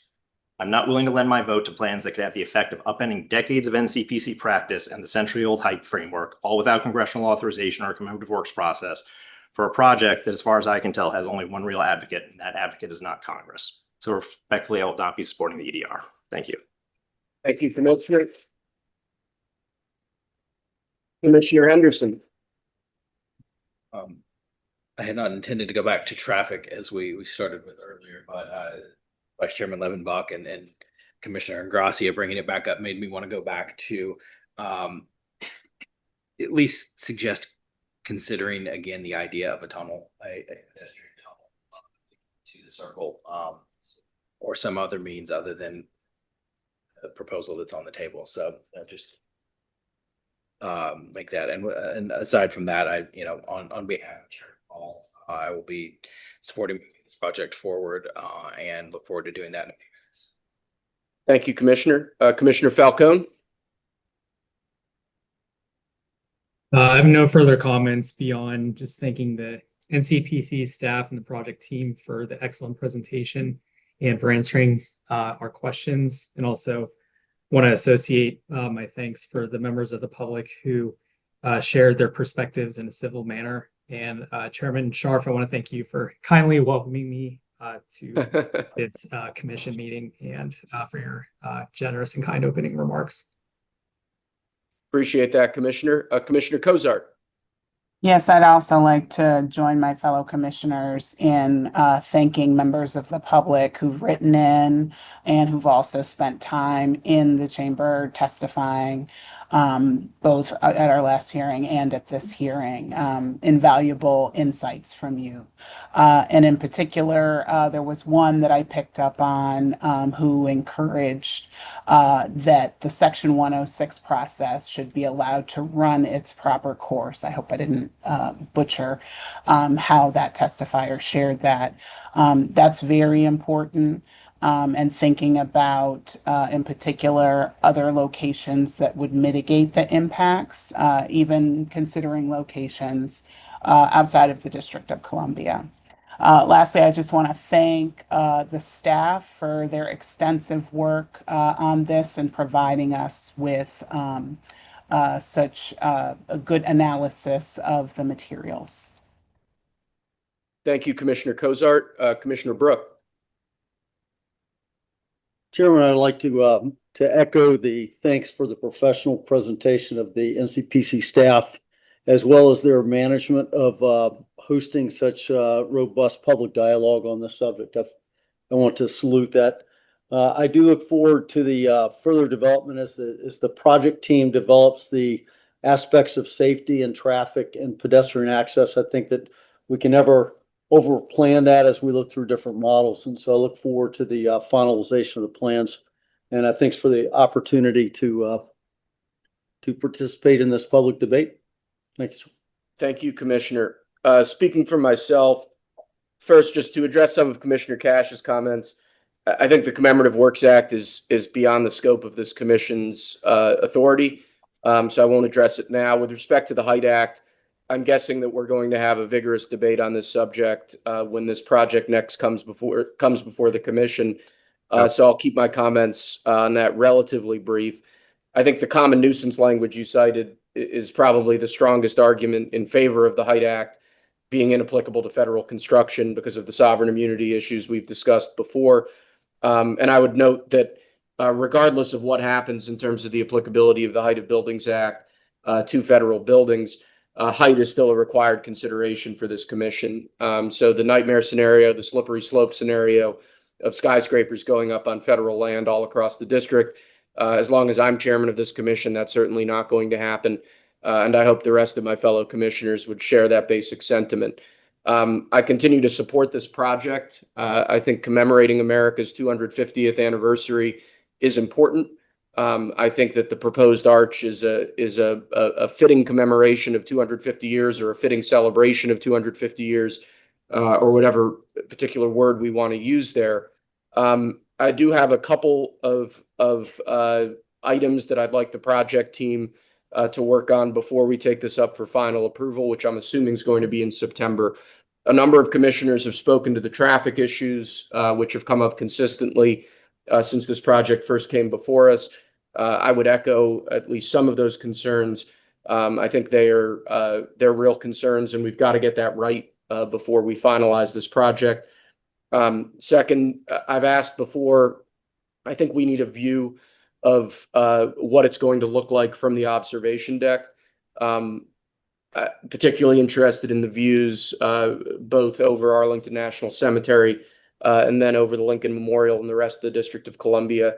But before we proceed, I think that we're effectively replacing one view shed with a new view shed, that being a significantly elevated one that's unique in the DC area. And I'd just like to know what that's going to look like before we proceed further. Lastly, there was an item that came up during public comment that I hadn't thought of previously, and I forget who raised it, but I'm glad that they did. And that's the issue of construction noise during funerals at Arlington. I'd like the applicant team to have some sort of mitigation plan because I think the idea that funerals at Arlington would be disrupted by jackhammering and pile driving and the louder aspects of construction noise. If at all feasible, I'd like some sort of plan to ameliorate that particular concern. This is an example of how public testimony can really inform our commission's deliberative process. And to the extent that's possible, I'd like the applicant team just to include something on that. I think that's it's not something we would want, given the solemnity of those ceremonies at Arlington. All that having been said, I'd like to thank NCPC staff for their customary diligence. This is a complex project, and I think we've seen at every stage the expertise that NCPC brings to bear on projects like this. So I'd like to thank you all for that. I'd like to thank the project team for their diligence in responding to comments from the last round from concept review, and for their continued cooperation with our process going forward. And with that, are there any further questions or comments from the commission before we proceed to a vote? Hearing and seeing none, the motion on the floor is for preliminary approval of the monumental, sorry, let me be more formal, to approve preliminary site and building plans for the new monumental arch with the prior amendments relating to the Height of Buildings Act that were the Height of Buildings Act section of the Executive Director's report that were made by motion previously.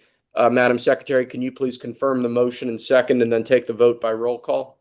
Yes, the motion was made by Vice Chairman Levenbach and seconded by Commissioner Ingracia.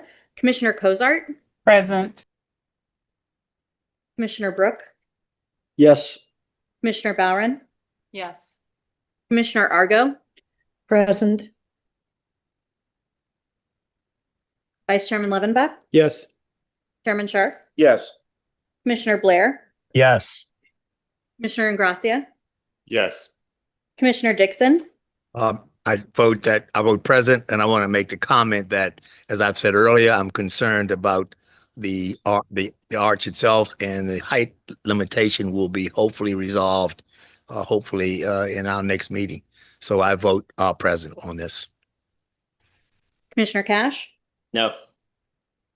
Commissioner Henderson? On behalf of Chairman Paul, yes. Commissioner Falcone? Yes. Motion carries. Thank you, Madam Secretary. This motion has indeed carried. With that, we will move on to agenda item 6B, which is a request to approve preliminary and final site and building plans for the St. Elizabeth's West Campus Gate 7 garage and site development. From our team, we have Laura Shipman presenting, and I believe members of the applicant team will also be available virtually to answer any questions. Laura, do you want to proceed?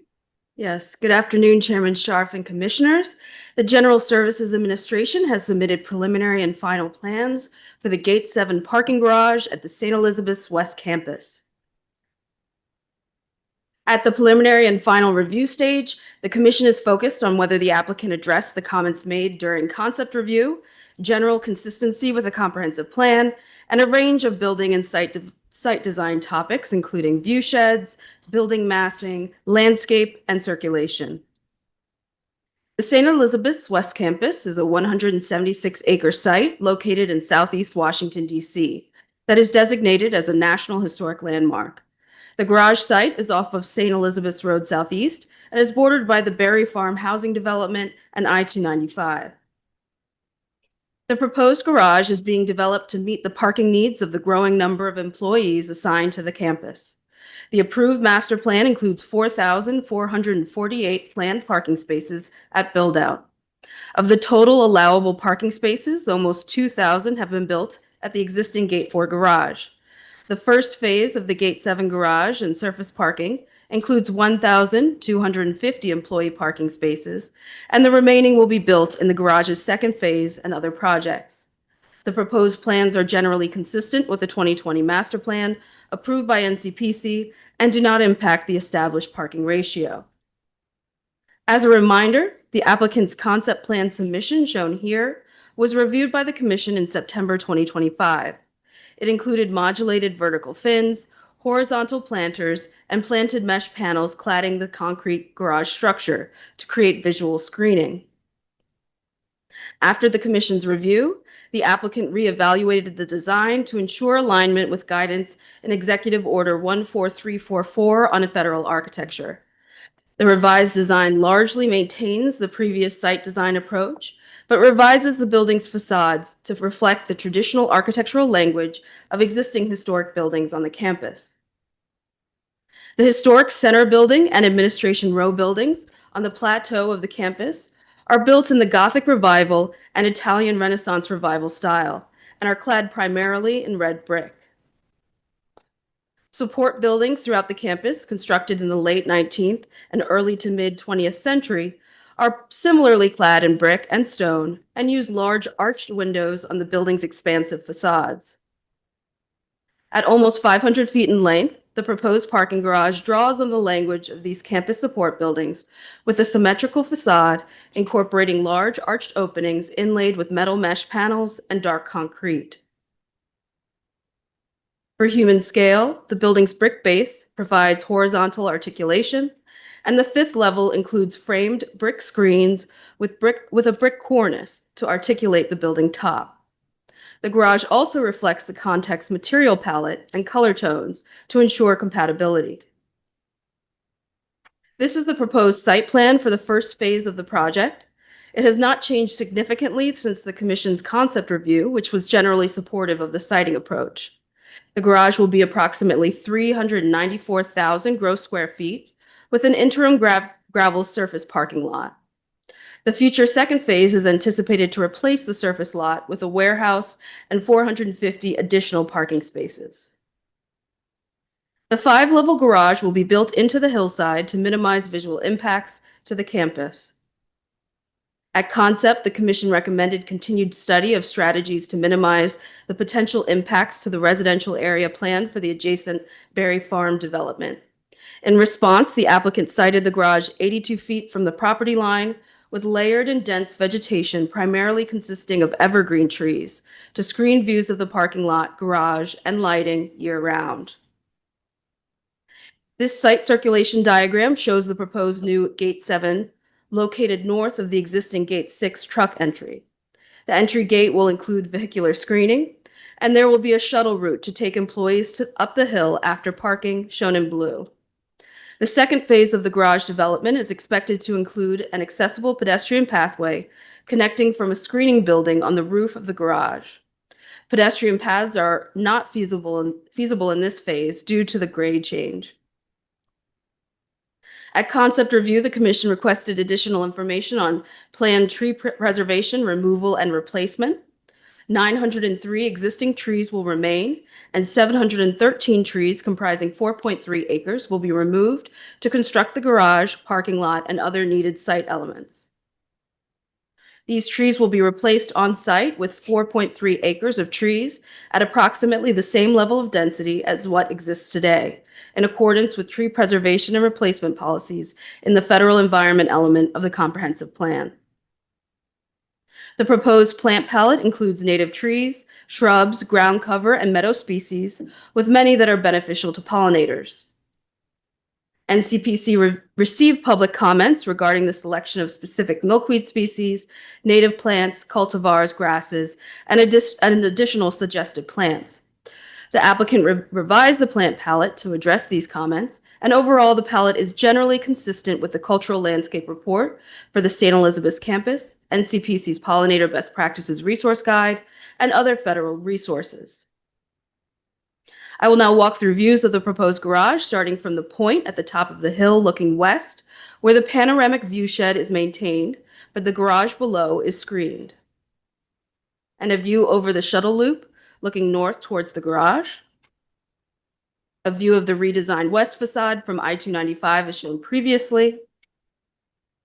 And a view from Berry Farm showing the layers of proposed vegetation. When looking towards the garage across the Anacostia River, it is partially visible. However, vegetative screening along the edges of the structure are intended to further minimize visibility from regional vantage points. As noted in the Commission's last review, the applicant conducted transportation analysis, which indicates the garage project may cause impacts to traffic operations in specific locations in the area. With mitigation measures, including intersection improvements and a program encouraging multiple travel modes, the analysis found these impacts can be minimized. The project team is coordinating with the District Department of Transportation on additional requested analysis as the project moves closer to construction and permitting. Additionally, carrying forward the Commission's recommendation at concept review, staff encourages the applicant to continue to coordinate with the Washington Metropolitan Area Transit Authority to address long-term plans for shuttle access to St. Elizabeth's from nearby Metro rail stations. Overall, staff supports the project's sensitivity to the historic campus context and efforts to minimize the structure's visual impacts through the integration into the landscape, and recommends the Commission approve the preliminary and final plans for the St. Elizabeth's West Campus, Gate 7 garage, and site development, with the comments highlighted throughout my presentation and noted on the slide. This concludes the presentation. Members of the applicant team from the General Services Administration and ZGF Architects, as well as Olin, are also available virtually to answer any questions from the Commission. Thank you. Thank you, Laura. Do commissioners have any questions either for Laura or for the project team? Mr. Chairman, I do. Commissioner Dixon. First, I'm happy to see something over on Anacostia River East, and I'm particularly happy to see that the this structure in Berry Farms, which is where my house is going to be there and it'd be improved. But I want to know whether or not there's any option here for some solar paneling on the roofs. I mean, I constantly want to ask that question. I think it's wise to do it when we can. I defer that question to the project team. If a representative from ZGF or Ms. Tunstall Williams is on the line.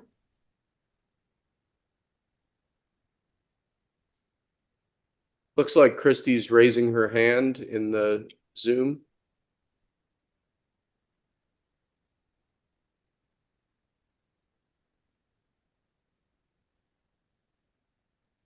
No? Okay, sorry for the delay. Can you hear me?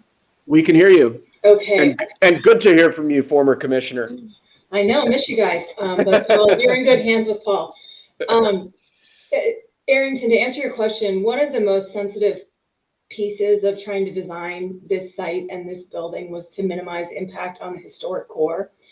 And so one of the agreements that we got to with our Section 106 historic preservation consulting parties is that in the second phase, it's not going to happen in phase one, but the second phase of the parking will actually be adding a green roof to minimize the visibility from the upper campus. And so while we would like to include solar, given the requirements for reducing visibility, a green roof will be put in this location.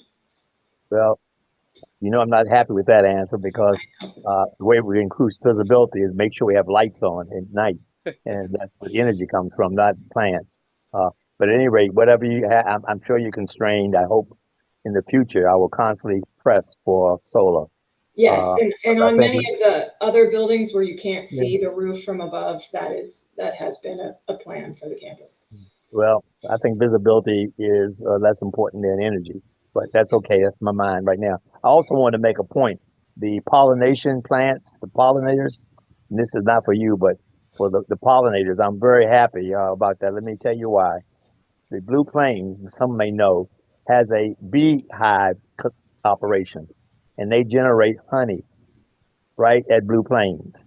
I've gotten a number of the bottles. Believe me, that's good for your allergies if you live in this area, because the bees are getting pollinated in our community.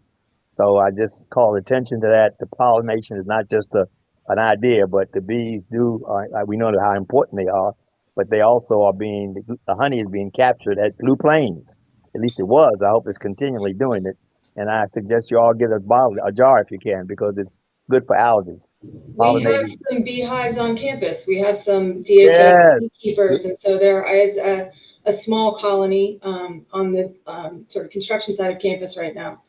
Yeah, I wish the honey was distributed. I don't know how it's being distributed or made available. But I mean, I've got a few bottles, but I just think it's very valuable. People who have allergies, this helps them. from natural honey, but a little off subject, I guess. What's new for me? I'm glad that in Mr. Burns' absence from this month's meeting, we nevertheless had comments on the pollinator policy and the use of local cultivars on the St. Elizabeth site. So thank you, Eric.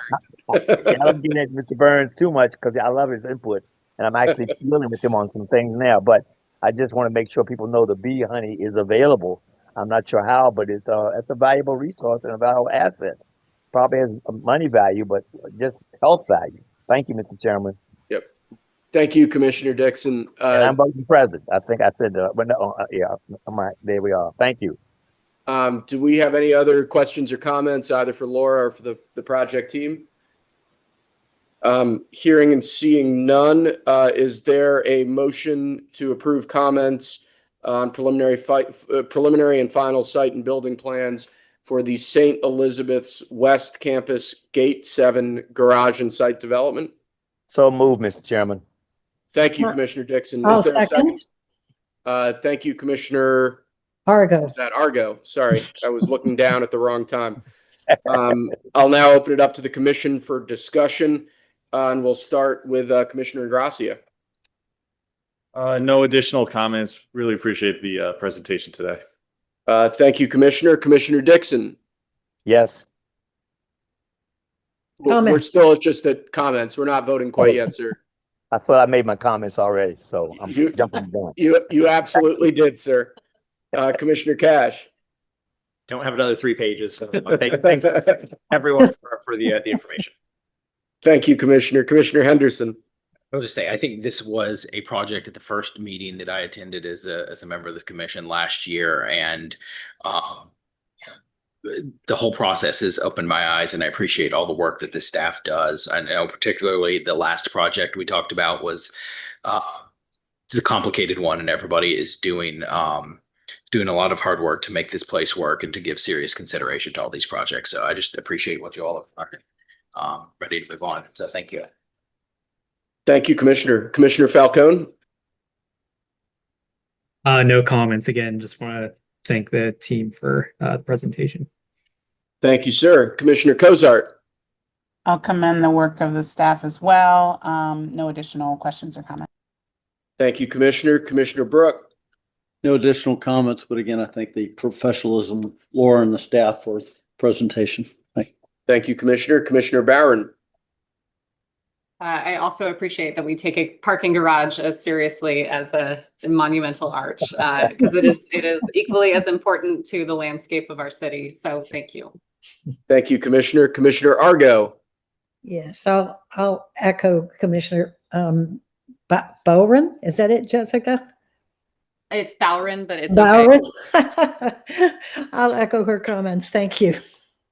Thank you, Commissioner. Vice Chairman Levenbach. I just want to build on Commissioner Dixon's remarks about the pollinators. I was driving from South Dakota to North Dakota over the weekend, and it's a long drive. It's like 5 hours. And I thought of one of our favorite commenters because there were so many bee boxes everywhere. So, the NCPC is always on my mind, I guess. And, but in all seriousness, I really like the redesign here. I think that this, to me, one interesting thing about the final project here is that I think it speaks to the executive order, and I think that this is. I'm glad to see that the project proponents have been responsive to the original comments that to try to seek a design that's more in line with the president's vision in terms of architecture. I think this is a significant improvement. So thanks for the work that went into this.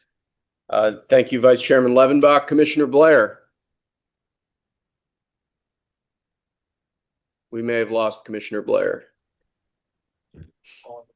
Sorry about that. I was on mute, Chairman. Do you have any comments on the St. Elizabeth's West Campus Gate 7 parking garage? Nothing to register. Thank you. Thank you, Commissioner. Speaking for myself, first of all, as always, thank you, Laura. Thank you, team. Thank you to the project team. I stand corrected. When this project came before us last September, I made snarky remarks to the extent of, I've never seen a beautiful parking garage before. I wouldn't call this building beautiful, but it's really, really nice. This is an example where I think the project team between concept and final went back and dramatically improved the key facade of this building. I'm proud to vote for it. And as Stuart said, I think it's a great example of the president's executive order on federal architecture, perhaps striking in ways that aren't necessarily anticipated. You know, I think when that order was signed, most people read it as referring to courthouses, grand public buildings. But I think that even, you know, these improvements to the facade of a parking garage that many people will see are worthwhile. And I'm glad that that between concept and now that this project has come such a long way. And I'm thankful also, obviously, that the project team has been so responsive to our commission's comments and to our commission staff's involvement and suggestions, I guess, during the process. If there are no further comments or questions, we can proceed to a vote. Does anyone else want to be heard on this item? With that, hearing and seeing none, Madam Secretary, can you please confirm the motion and second and then take the vote by roll call? Yes, the motion was made by Commissioner Dixon and seconded by Commissioner Argo. Commissioner Cozart? Yes. Commissioner Brook? Yes. Commissioner Bowron? Yes. Commissioner Argo? Yes. Vice Chairman Levenbach? Yes. Chairman Scharf? Yes. Commissioner Blair? Commissioner Blair? Yes. Commissioner Ingracia? Yes. Commissioner Dixon? Commissioner Dixon? Oh, Yes. thank you. Commissioner Cash? Yes. Commissioner Henderson? Yes. Commissioner Falcone? Yes. Motion carries unanimously. Thank you, Madam Secretary. That concludes our open agenda or our open meeting agenda for today. Our next meeting, we will not meet in August, as is customary for us. Our next meeting will be in September. Is that September 2nd? September 3rd. September 3rd, excuse me. Our next meeting will be at September 3rd or on September 3rd at 1 p.m. Do any commissioners want to be heard on any other items before we adjourn for the day? Hearing and seeing none. Mr. Chairman, Yes, Commissioner Dixon. I just want to say that I'm going to spend some time going through the testimony. I'm going to be looking for some of those folks who were on the mall who were supportive of the ARC. I just want to go through that myself to see what I can discover some. Thank you. Yes, sir.